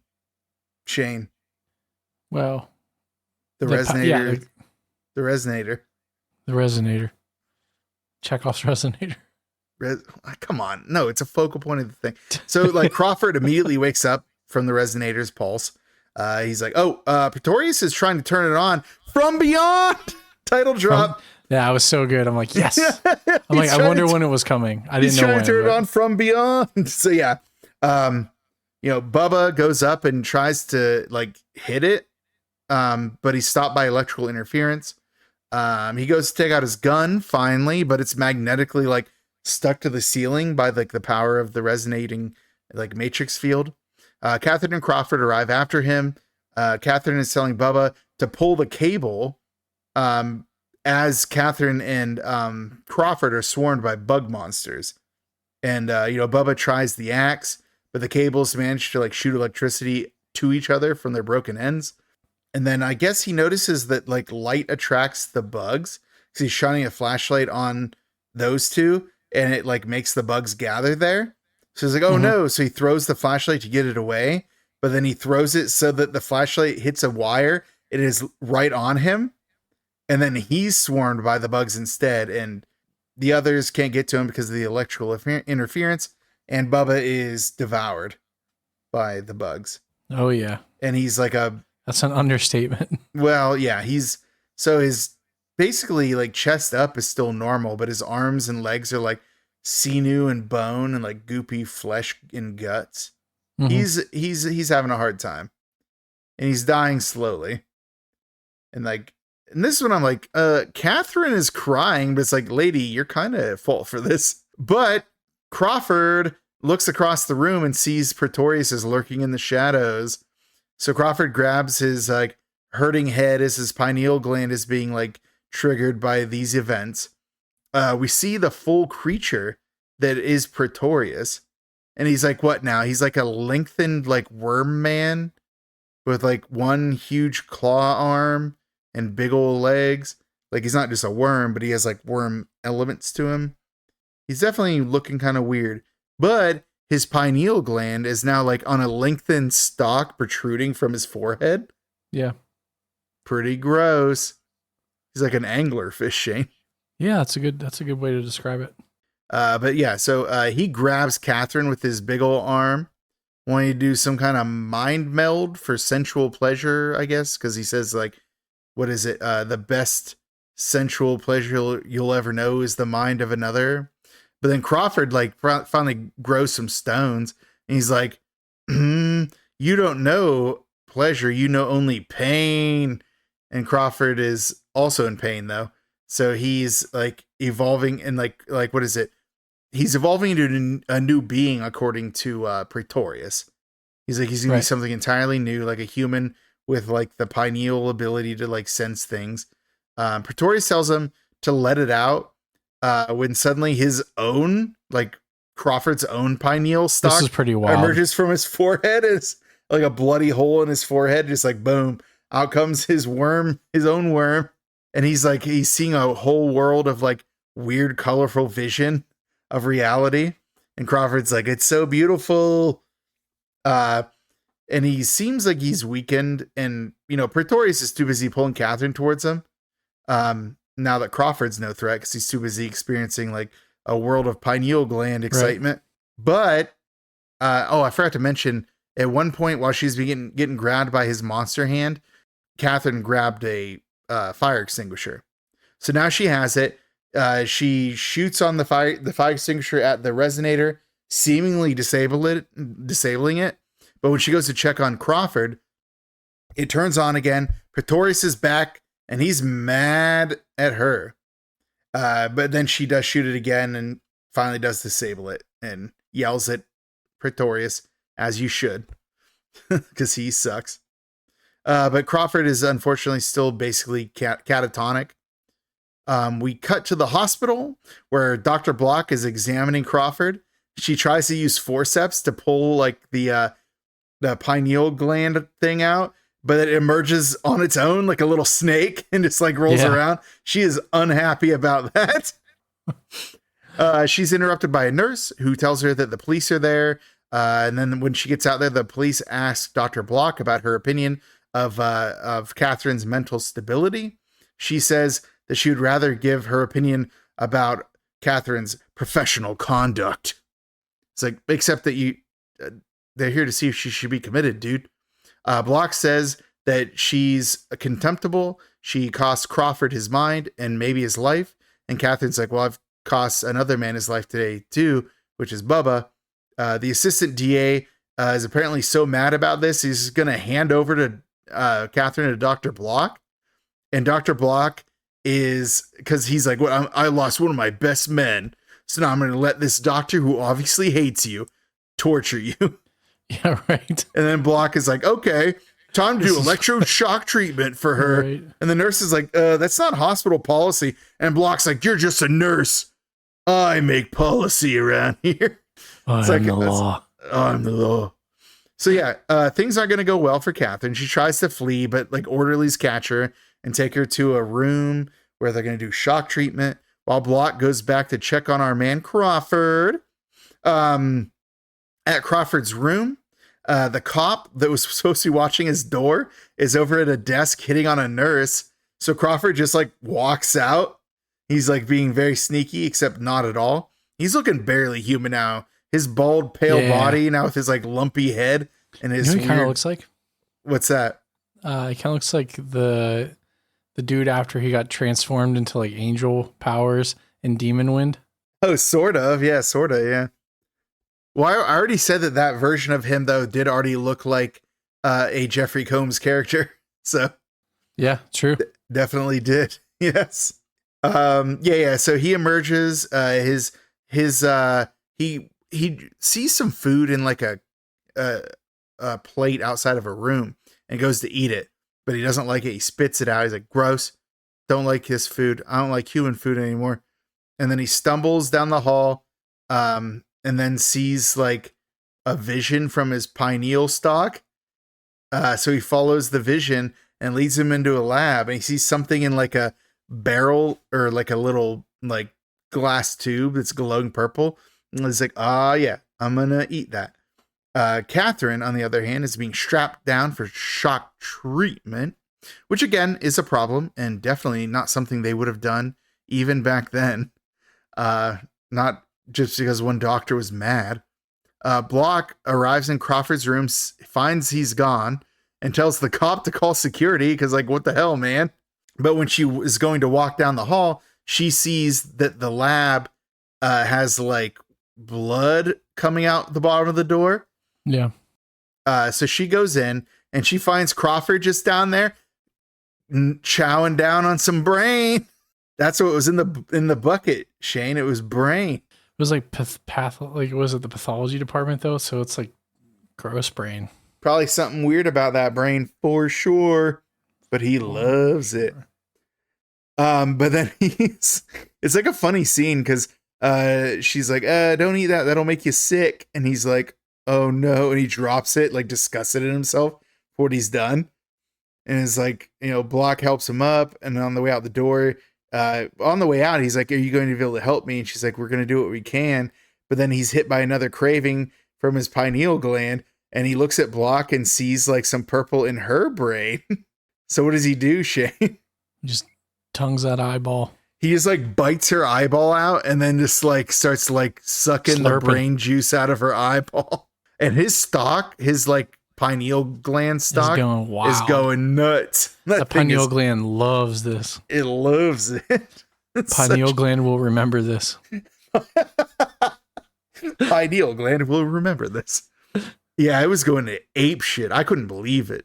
I mean, I can't believe it because I've seen it many times, but I just love that scene where it's like flopping like a fish against her head while she's getting brain sucked by him. Like, what a gross scene, because blood is going everywhere. But yeah. So, Catherine, back to her. She's almost getting shock treated when suddenly the nurse from earlier comes in with like security and is like, hey, we got to get all hands on deck. Something's going down. And the guy who's about to do the shock treatment is like disappointed. He's like, what about her? And the nurse is like, put her back in her room, dude. You freak. You can't just go shocking people because you are bored. So everyone else leaves the room. So that dude is like about to let Catherine go, and she fights back, knocks him out, overpowers him. He's done. He's done Zilla. So she goes to leave. Sneaking around the outside, Crawford manages to see Catherine making a getaway in the van. I think it's the same van that they used earlier, right?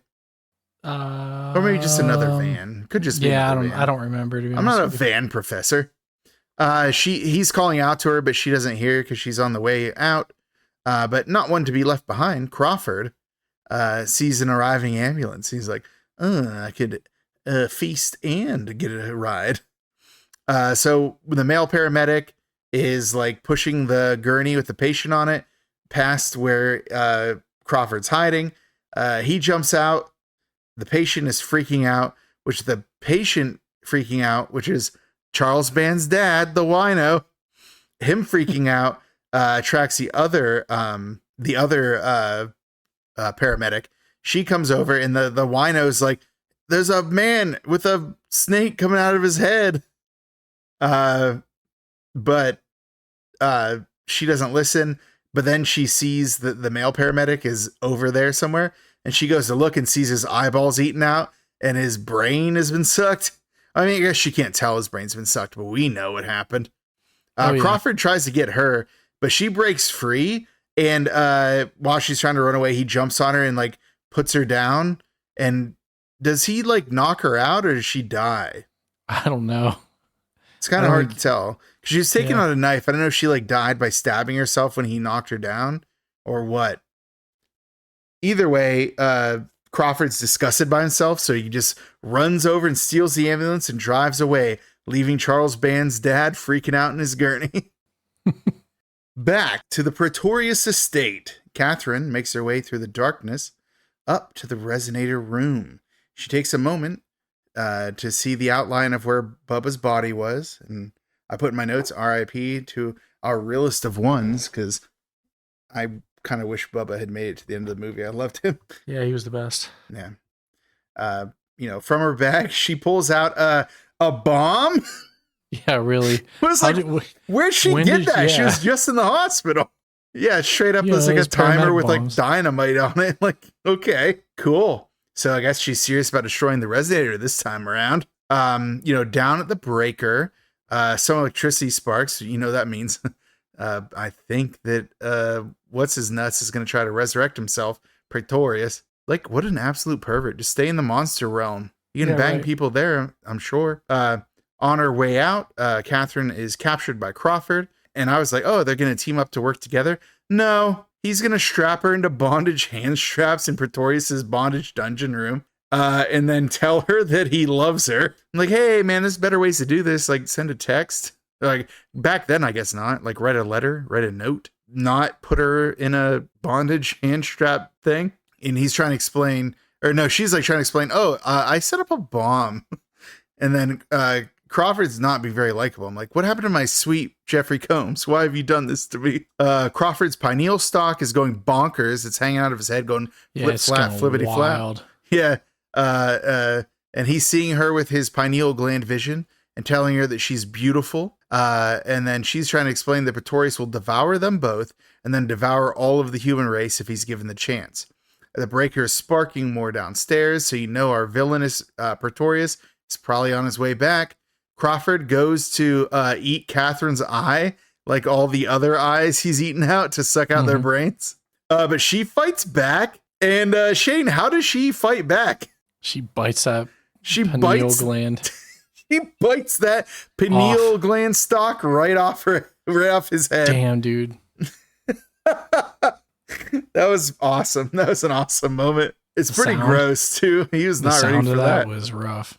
It's like asparagus or like celery.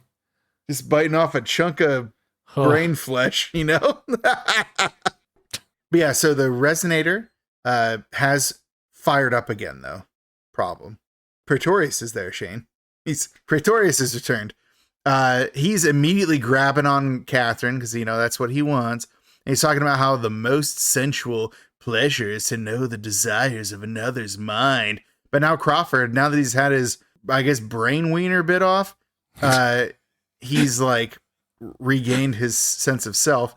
And he's like, no, without my pineal gland, I actually know that you are a pathetic and impotent man. He's like yelling at him. So you can't even make love to a woman. And this apparently gets Pretorius really mad. And he starts chasing after him. So he's going after. Your brain wiener doesn't even work. Your brain wiener's a bad one. And then Crawford's down on the stairs. He's like, you're a eunuch. But then like Pretorius grows wings and jumps after him, like flying down. His insect mandible face appears again. Terrible news. He gets on top of Crawford and starts eating his head immediately. Ooh, I don't think it's going to go well for him. Back in the bondage room, Catherine sees some more of those like flying eel monsters. They're like coming into that room. They're like, hey, there's another room here. We didn't know about this because we couldn't perceive this reality. So they come in, they fly in the door, and then she like decides that she can use them. So she moves her hands to like attract their attention. Yeah. Allowing them to like show up and like eat the straps, which is like actually a super smart idea. Yes. It's like an Indiana Jones move. I was like, damn. Yeah, she's just like doing that. So she does that with both of her hands. And then like after one of them eats the straps, she's careful to not move them very quickly to like not attract them. But then knowing that they're attracted by light after she gets her hands free, she lights a matchbook and throws it. And then all of them scramble towards that. And then she like runs out the room to go down the stairs. But she slips on the now headless corpse of our man Crawford. Mm-hmm. He's been ate, Shane. That's the last we'll see of him, right? Maybe. We'll find out in like a minute. And then she's like accosted According again to that bomb, like 10 minutes. Jesus, do you think she could have made a shorter fuse? I know, dude. God seriously. Damn. Well, I need 5 minutes to walk down 2 flights of stairs. Sure hope no one tackles me and ties me to something. I mean, though, how could she have known? But yeah, so she's getting accosted by Pretorius again. So she runs upstairs to escape him. There's like mysterious water flowing down the stairs now. I guess it's just, I feel like the other world is really wet because the worm was also very wet. So I think it's just like how their world is. So she tries to detour into another room, but the monster hand of Pretorius closes it before she can. So she goes, back up to the resonator room, sees that she only has 30 seconds, but it's actually like 2 minutes in movie time. So don't worry about that. She sees she has 30 seconds. Pretorius comes in, but then he pushes, like out of his body comes a fully formed Crawford who tells Catherine to run. And then he goes back in. I'm like, oh, okay. So when he's in the monster, he's got full power, I guess. Yeah. So within it seems like Crawford's fighting back against Pretorius. So like the body starts collapsing into like a mound of writhing flesh. And Catherine's understandably screaming. She gets knocked over and she's getting grabbed by one of like Pretorius's claws. It's holding onto her leg. And then suddenly like 2 dripping skulls emerge from the massive flesh on the end of like worm bodies. and they seem to be fighting each other. Then one of them is Crawford and is like yells her name or something, and then like reaches over and starts biting the claw that's holding Catherine. So that's like clearly Crawford trying to free her. Yeah. It works. She gets free. She goes to run. There's like 5 seconds left, not even. She like runs and just jumps out the window as the explosion happens. She falls down to the ground from like the resonator room, which we know is like three stories up. Yeah. And how would you describe her legs after that, sir? Fucking broken. Yeah, her one knee mangled. is mangled. Yeah, the other one is like broken at the shin, so she might walk again on that one anyway. Maybe. But almost immediately, Okay. obviously number one, she's screaming, but almost immediately like neighbors are gathering. So I had a thought about this. You think they saw like the lights and like were already coming out? No, I think that field goes a lot further than they thought. And also the old lady, Bunny. Bunny's the dog. She But doesn't have a Bunny name. Summers. The actress. Yeah. Yeah. Went into the house while that machine was on. So like, do you think all these neighbors have been like somewhat slowly exposed to this like field and they're just not as developed because they weren't close, but they're all attracted to that house? No. You sure? Yeah, I definitely don't think so. It's a bummer. Because he destroyed the machine before she got there. That was why the axe was out. Remember, he knocked off one of the forks. He'd already destroyed part of it. But you don't think that stuff like seeped out? Because it went a lot further in the house than I thought. I guess it's possible, but like that house was isolated. It was like in a field in the back. Sure. Like, yeah, you're right. I don't know. Way to shit on a man's hopes and dreams. It's fine. Don't worry about it. I mean, if it makes you feel better, believe what you want to believe. Well, then why did 40 people fucking show up in that field in the middle of nowhere? I don't know, because the resonator like has a lot of lights and there's no longer any windows. So now everyone can see them. True. I just think they were attracted by the lights of the resonator. And nosy neighbor probably already called the cops. It is kind of serendipitous they all arrived at the same time, I guess. But I feel like nosy neighbor is ready for this. Anyways, we can discuss this later. The point is, all the neighbors are there and they've already gathered. Nosy neighbor, she says she's called the fire department and they'll get Catherine to the hospital because she does notice the broken legs on Catherine. And then she like asks what happened here. And Catherine says it ate him, and like mirroring the way Crawford talked about how Pretorius was eaten, which I thought was a really cool idea. And then this is probably one of my favorite scenes in this thing. Is like Catherine like starts sobbing and the neighbor like backs away. And then Catherine just starts like laughing hysterically. So good. It's like crazy how she goes from crying to just laughing. It's like, oh no, she might have actually gone insane from this. Barbara Crampton's so talented. Oh yeah. So there you go. End of movie. And we get some nice haunting music through the end credits, which I thought was nice. Like give that one to Richard Band. Yeah. Like good music. And there you go. That's the movie. That is From Beyond. From Beyond. So good. Anything you want to say before we move into the judgment categories? How does this line up with the text that it was adapted from? Poorly. Okay. I love Stuart Gordon. I think his movies are fun and they're splattercore and they're great, but they are definitely not good adaptations of the source material. Gotcha. So like, number one, H.P. Lovecraft was basically asexual. Dude was a prude from way back. Like he could not handle sexuality. So anything that's like sort of horny in any of his like adaptations, that is not him. That is not coming from Lovecraft. So like, but like in his story, and like we don't have to go super in depth into the plot, but like, does it still have the same kind of plot line? Like there's a gland and this field awakens it and it allows you to see the other side. Yes. Yeah. The there's still a resonator. It does the same thing. It stimulates the pineal gland and lets you perceive outside of reality. But yeah, no, that's the basic same idea, is the pineal gland allowing people to perceive other realities. That's about how far the story goes.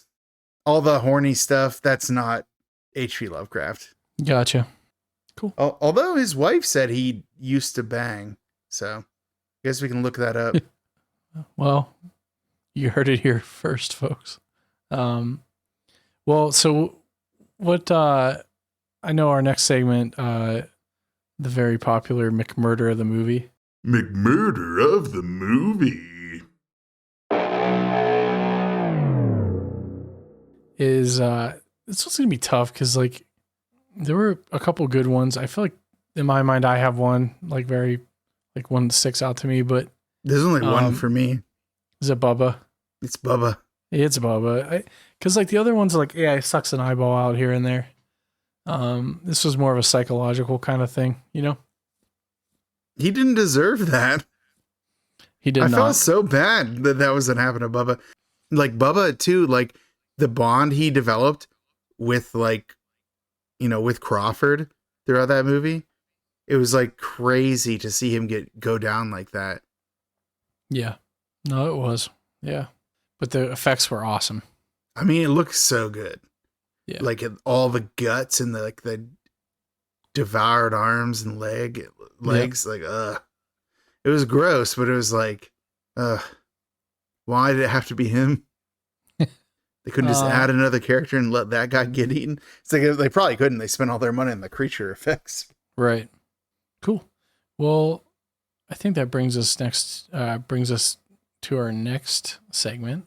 The judgment categories.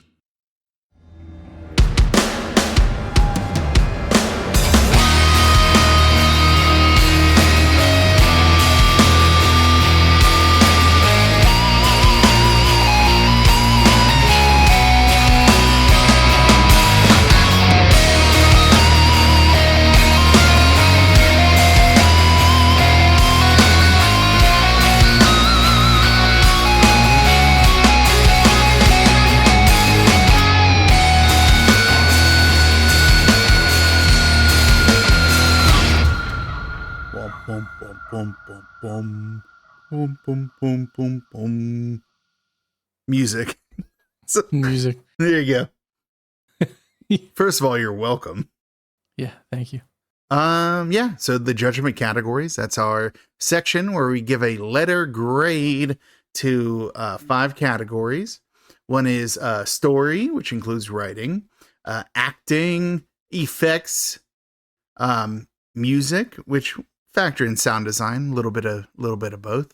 And then finally the cult factor. The cult factor being that little X factor that makes these movies so special. So we'll kick it off with the story. A. It's so good. Okay, hold on. Okay. No. Oh, it's actually bad though. Do you think this is going to be a solid A the whole way across? I mean, we're going to go through the categories. I'm just curious. In your mind, is this a perfect movie? Like, is this a perfect? I think you know it is. Okay, cool. All right, let's keep going. A. Just making sure. A. I love this subject matter. I love how like there's like, oh, this dude's crazy. He's like, I'm a fringe psychiatrist. I'm gonna do some weird stuff.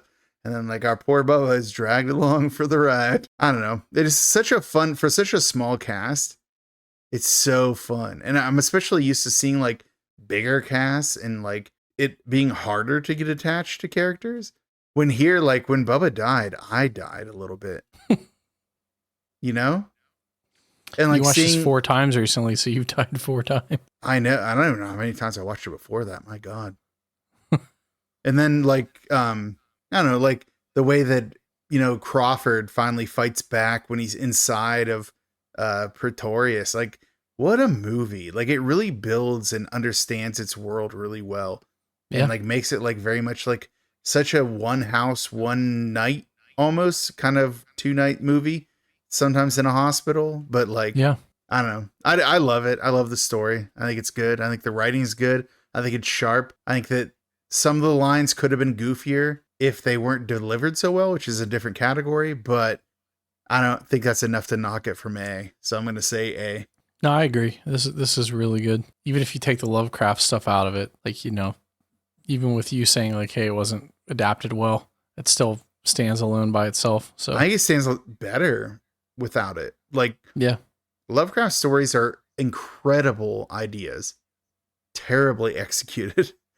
Like, so I feel like anytime you can get somebody who's got a better idea for how to do that story, let them do it. It's Right. going to be better.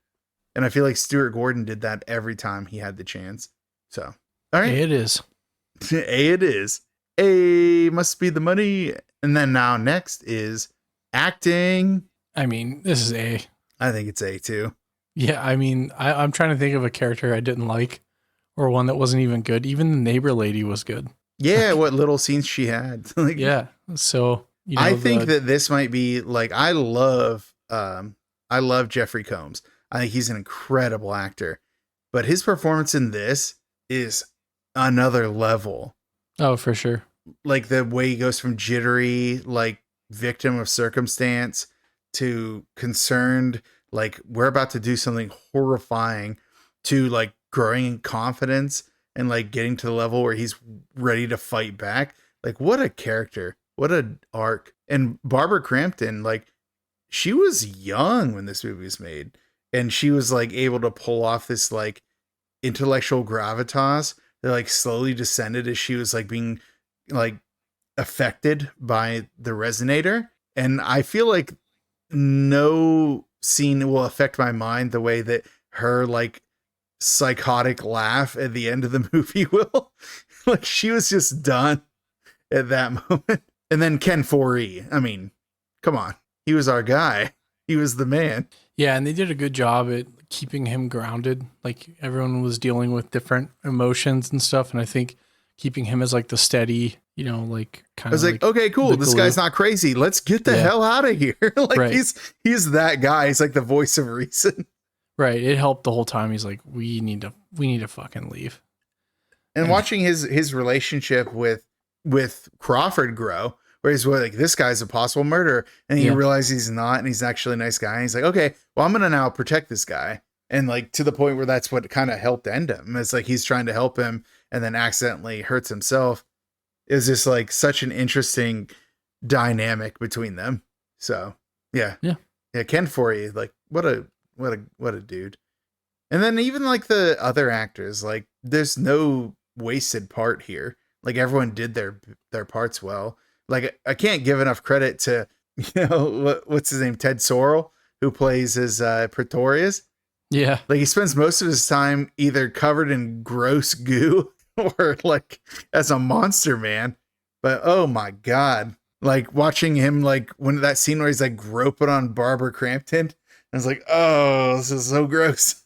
This isn't appropriate. With the weird fingers. Well, he first starts with his regular fingers. He's like, Yeah. I need more fingers for this. And he extends the big monster fingers. I'm like, oh no, I didn't bring that up in the plot description. Yeah. He does. He's like, I need more fingering. So he like creates monster fingers. I'm like, I don't like it. So yeah, I would say acting is A. For sure. That's some stuff. Well, what do you think about effects though, Shane? You're usually more than happy to take the lead on this one. A for sure. I think just prosthetics alone, like, you know, it had a couple weird CGI, like the floating fish thing was kind of stupid, but I mean, what are you going to do? Like, they really didn't have access to some stuff back then that would have made that, you know, serviceable. But God, the Pretorius stuff, the forms he took and the way he changed. Oh my God. Yeah. Even they even the bug at the end, right? They, not at the end, but like when it killed Crawford. Yeah. Like they made like a separate version of like that monster, but like in a different, or it's not really a monster, but that form just in a different shape or like vessel. It was just masterclass. They did so well in this. And what made me like the wet thing. He was always wet. He's a very wet boy. But like with the water and the stairs and everything, like them getting everything together, like it was just such a... Oh, and that's not even saying anything about the worm monster. I know. I love the worm monster. That Shai Hulud in the basement. Like, what do you even do? Yep. But can I tell you what actually stood out the most to me? What's that? The pineal gland Okay, yeah. flopping around out of Jeffrey Combs' face while he's like biting on people's faces. Oh my God. What a gross thing to do. Yep. Why do they do that? No idea. It worked though. I mean, it worked. just watching that thing poke out. It's like, oh no, not again. Not again. Not like this. Not like this. So yeah, effects is definitely A. Yep. But what about music, which can include sound design too? We can talk about both of those. I think it was A. Like the music fit really well. Well, it didn't fit, but it kind of did at the same time. It's kind of weird. It's like one of those things where you write sad lyrics in a major key. Like Van Halen does that a lot. Instead of writing like really messed up lyrics, or writing like really sad like minor keys or something, like a sad song with like happy lyrics. I don't know. I kind of liked it, to be honest with you. It felt like there's an element of exploration to it, which was interesting. But my thing was like more like the sound design, like the way that like you'd hear like the goosh and the swelch of things, like the resonator, the way it like permeates the room, and like I don't know. I think I could say B if you want, but I'm probably gonna say A. I think it was good. Oh, then it's A. Yeah. Now for cult factor. D. I mean, this is A. This is why we made this category. Yeah, it is. It has to be A. This is Shai Hulud in the basement is the kids at the A. The Shai Hulud in the basement. It was very Lisan Al Gaib. It was very Lisan Al Gaib of them to give us this Shai Hulud in the basement. I didn't think it was very funny how they get to the basement like, oh shit, this worm monster here. He's like, fuck, I didn't know it could come down here. So like, I like to think in my head, like that worm monster's just been hanging out down there for like a millennia. Like, cause I'm sure time is not the same on their side. So it's probably just like, man, I fucking love this place. This basement's amazing. It's like, I'm happy to be here. Yeah. And they make him disappear and he's like, bring me back. But yeah, it's like, it was just, this is one of those movies that like, it's hard for me to do a clear-headed way to explain my feelings on these movies because I have loved them for so long. But From Beyond, man, it's just like, it's the one for me. Yep. Like, I love Reanimator, don't get me wrong, but I feel like it's actually harmed by its sense of humor. Whereas this one, like, there is some funny parts, but it like understands the movie it is and embraces it. And it's like really cool. And like such a small cast, not hard to keep track of everybody. Like so much money went into the special effects, like incredible. So yeah, call factor, it's going to be A. But what next, Shane? What is next? It's the D-roll. The D-roll.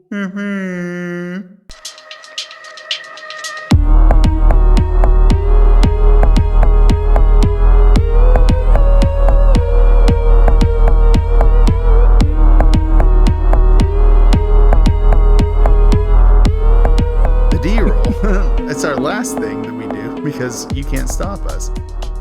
We decide if a movie is a cult classic, a B movie, grindhouse, or trash, which we haven't brought you trash yet.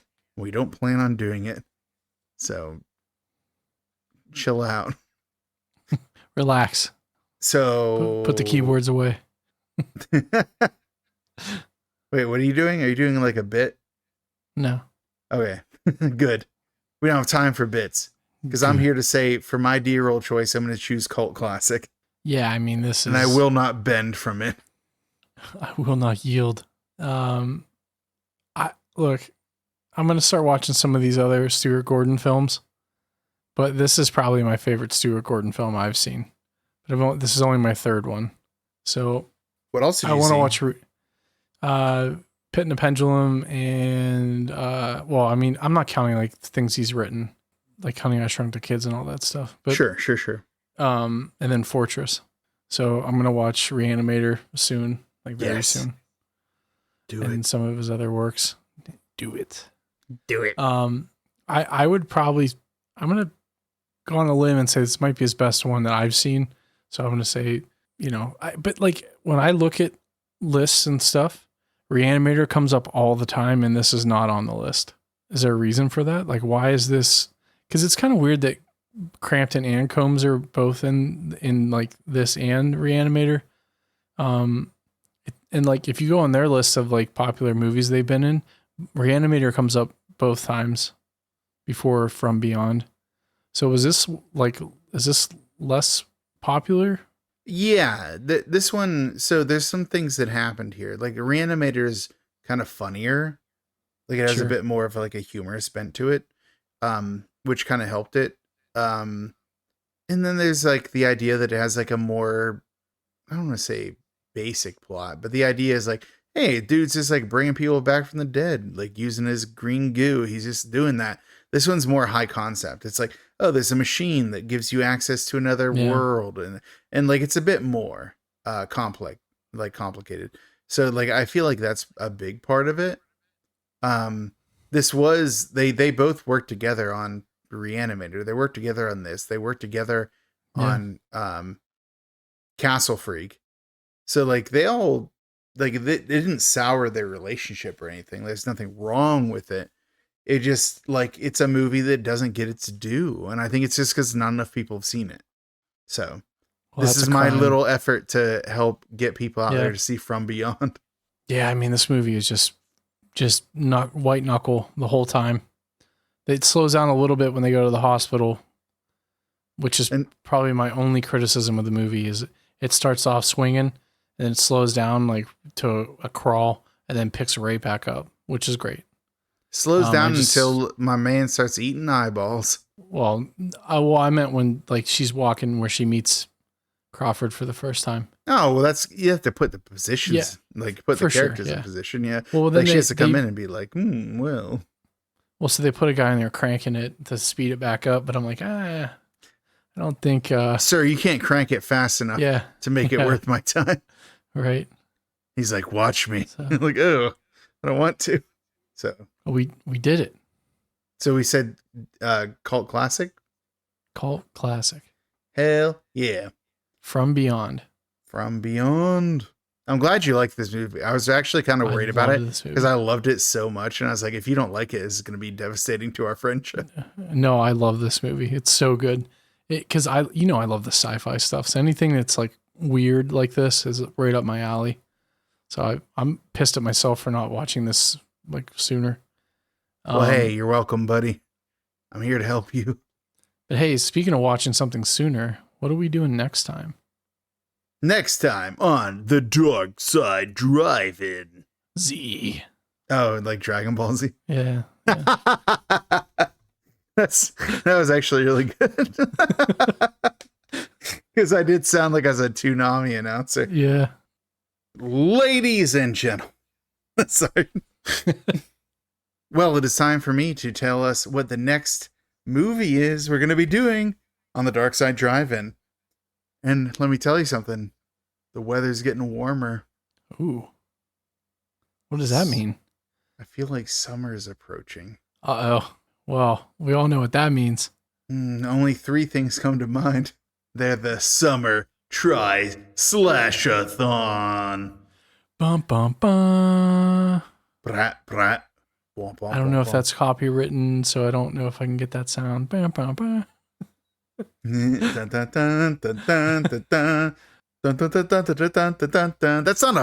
not a sinister song. All right, never mind. Yeah, so starting our next episode, it's time for the Summer Try-Slash-a-thon to begin. At last, our best yearly event. At last. At last. At last, master. It's just time. So, we are going to do 3 slashers from the 80s, and we're going to make them happen in the summer, the slashiest time of year. I'm going to stop it. You said that was cool to say. So, it is going to start with Intruder, the 1989 classic. There is a latter Intruder. We don't mean that. Except no imitations. We mean the 1989 Intruder. It is available on Pluto TV, Tubi. Like I put Pluto TV before Tubi, like I was gonna like fake us out. I saw that, yeah. It's also on Tubi. It's on Arrow and it's on Amazon Prime. I'm sure the Amazon Prime one costs money, but Arrow might not, other than the cost of having Arrow. So excited. Intruder is one of my favorite movies about being a capitalist in a modern America. So let's find out. Let's find out more together, shall we? Let's learn together. And we're going to have more slashers on the way for the rest of the Summer Try Slash-a-thon. So you'll have to stay peeled to our intermission episodes. Womp, womp, womp. And then we'll give you more details about what's coming down the chute. So cool. Well, that's all I had today. I don't know if you have any other closing thoughts. If you wanted to see more. What? Do you want to see more? What I was going to do is say thank you again to the band Rebel Revolver, our friends who are awesome, who gave us our theme song. It's amazing. And it's available on Spotify. And all of their stuff is on Spotify. So what are you doing? They have some shows coming up. I think by the time this episode comes out, they will have, what are we looking at? We're looking at, so after this episode comes out, they will have a show coming up in, on the 14th of June. So keep an eye on their socials. They got a show coming up. They're awesome. And they did so good for us, giving us a theme song. So check it out. Yeah, and thank you to all the new listeners and followers and stuff on socials. You can find us on Facebook, Instagram, and Twitter, X, or whatever the hell it's called now, at either The Dark Side Drive-In or Dark Side Drive-In, depending on which asshole store or name. But you can find me on Instagram at I think it's Dark Schneid is, and then on Twitter at just Dark Schneid. I had to put Dark Schneid is on Instagram because they took my Dark Schneid from me. Yeah. And there's a Dark Schneider on Twitter. It's not him, even though he wants it to be. It's not. But look, I want it to be. Yeah. Absolutely not. Schneid is cooler than Schneider. We greatly appreciate everyone. All the comments, like the interactions, people texting us. It means a lot. So thank you all. If you can share the stuff or share the podcast with a friend, it helps us out. I mean, I don't really know how. We just kind of want to just have fun doing this and connect with people. But yeah, if you can comment on the posts we do, we're going to ask for questions for our next intermission episode, and hopefully get some cool suggestions like we got from Toilet Rats, that by now you've listened to our tier ranking of Friday the 13th. So yeah, cool. Well, and also if you don't give us messages or thoughts to address, then I just get to choose what I want to do, and it's gonna get weird, kids. Watch out. You've been warned. But all right, well, I think that about does it for me. Any other final closing thoughts? Do you have any additional thoughts to add to these other thoughts? No. Thank you all for everything you've done for us. Like, it's been awesome. We're having a good time. Watch From Beyond, and then watch everything else that Jeffrey Combs and Barbara Crampton and Ken Foree do, because they all rule. This is a good movie, and they deserve their careers. So there you go. Cool. Well, I've been Shane. And I have been Spooky Stephen. I like that. That's a good one. No, it isn't. That's good. Keep it. No, that's good. Spooky Stephen. I like it. Yeah. Oh don't like it. But all right, I'll keep it. Spooky Stephen has come to haunt you with dreams of scary taxes. And also, how much is your rent to income ratio? The spookiest of all. Well, Economics, baby. That's why if I want to become like a Lovecraftian professor, I'll be doing economics. It's like, let me tell you about how your money is only coming from this dimension, so figure it out, poor people. All right, let's close this out. yep. Bye. Bye. Brat, brat.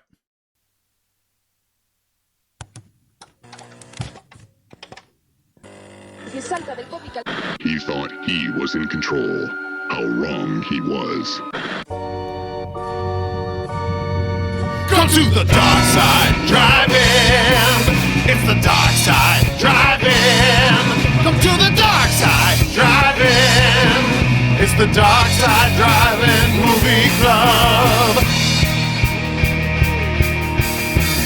From Dynamis Media comes a horror cyclopedia, watching movies from the gates of hell. Covers ripped from a blockbuster shell. Officer Bosch is the only good cop. Jugs and the stuff just can't be stopped. Things get hairy and the werewolf's there. Turn the corner and the prowler is there. It's the dark side, drive-in. It's the dark side, drive-in. Come to the dark side, drive-in. It's the dark side, drive-in movie club. Shane's the one who runs the show. He produces and keeps the flow. The Savini of the ones and twos. Only Jack Cordell has bigger shoes. Stephen does the bulk of the research. His descriptions just can't be besmirched. Lots of synopses are the top of lore.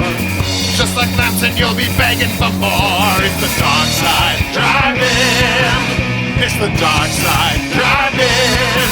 Come to the dark side, drive-in. It's the dark side, drive-in movie club. From the deepest corner of the darkest universe, two brave hosts battle through nameless hordes of ghoulish monsters most foul, all to bring you the eternal glory of the Dark Side Drive-In.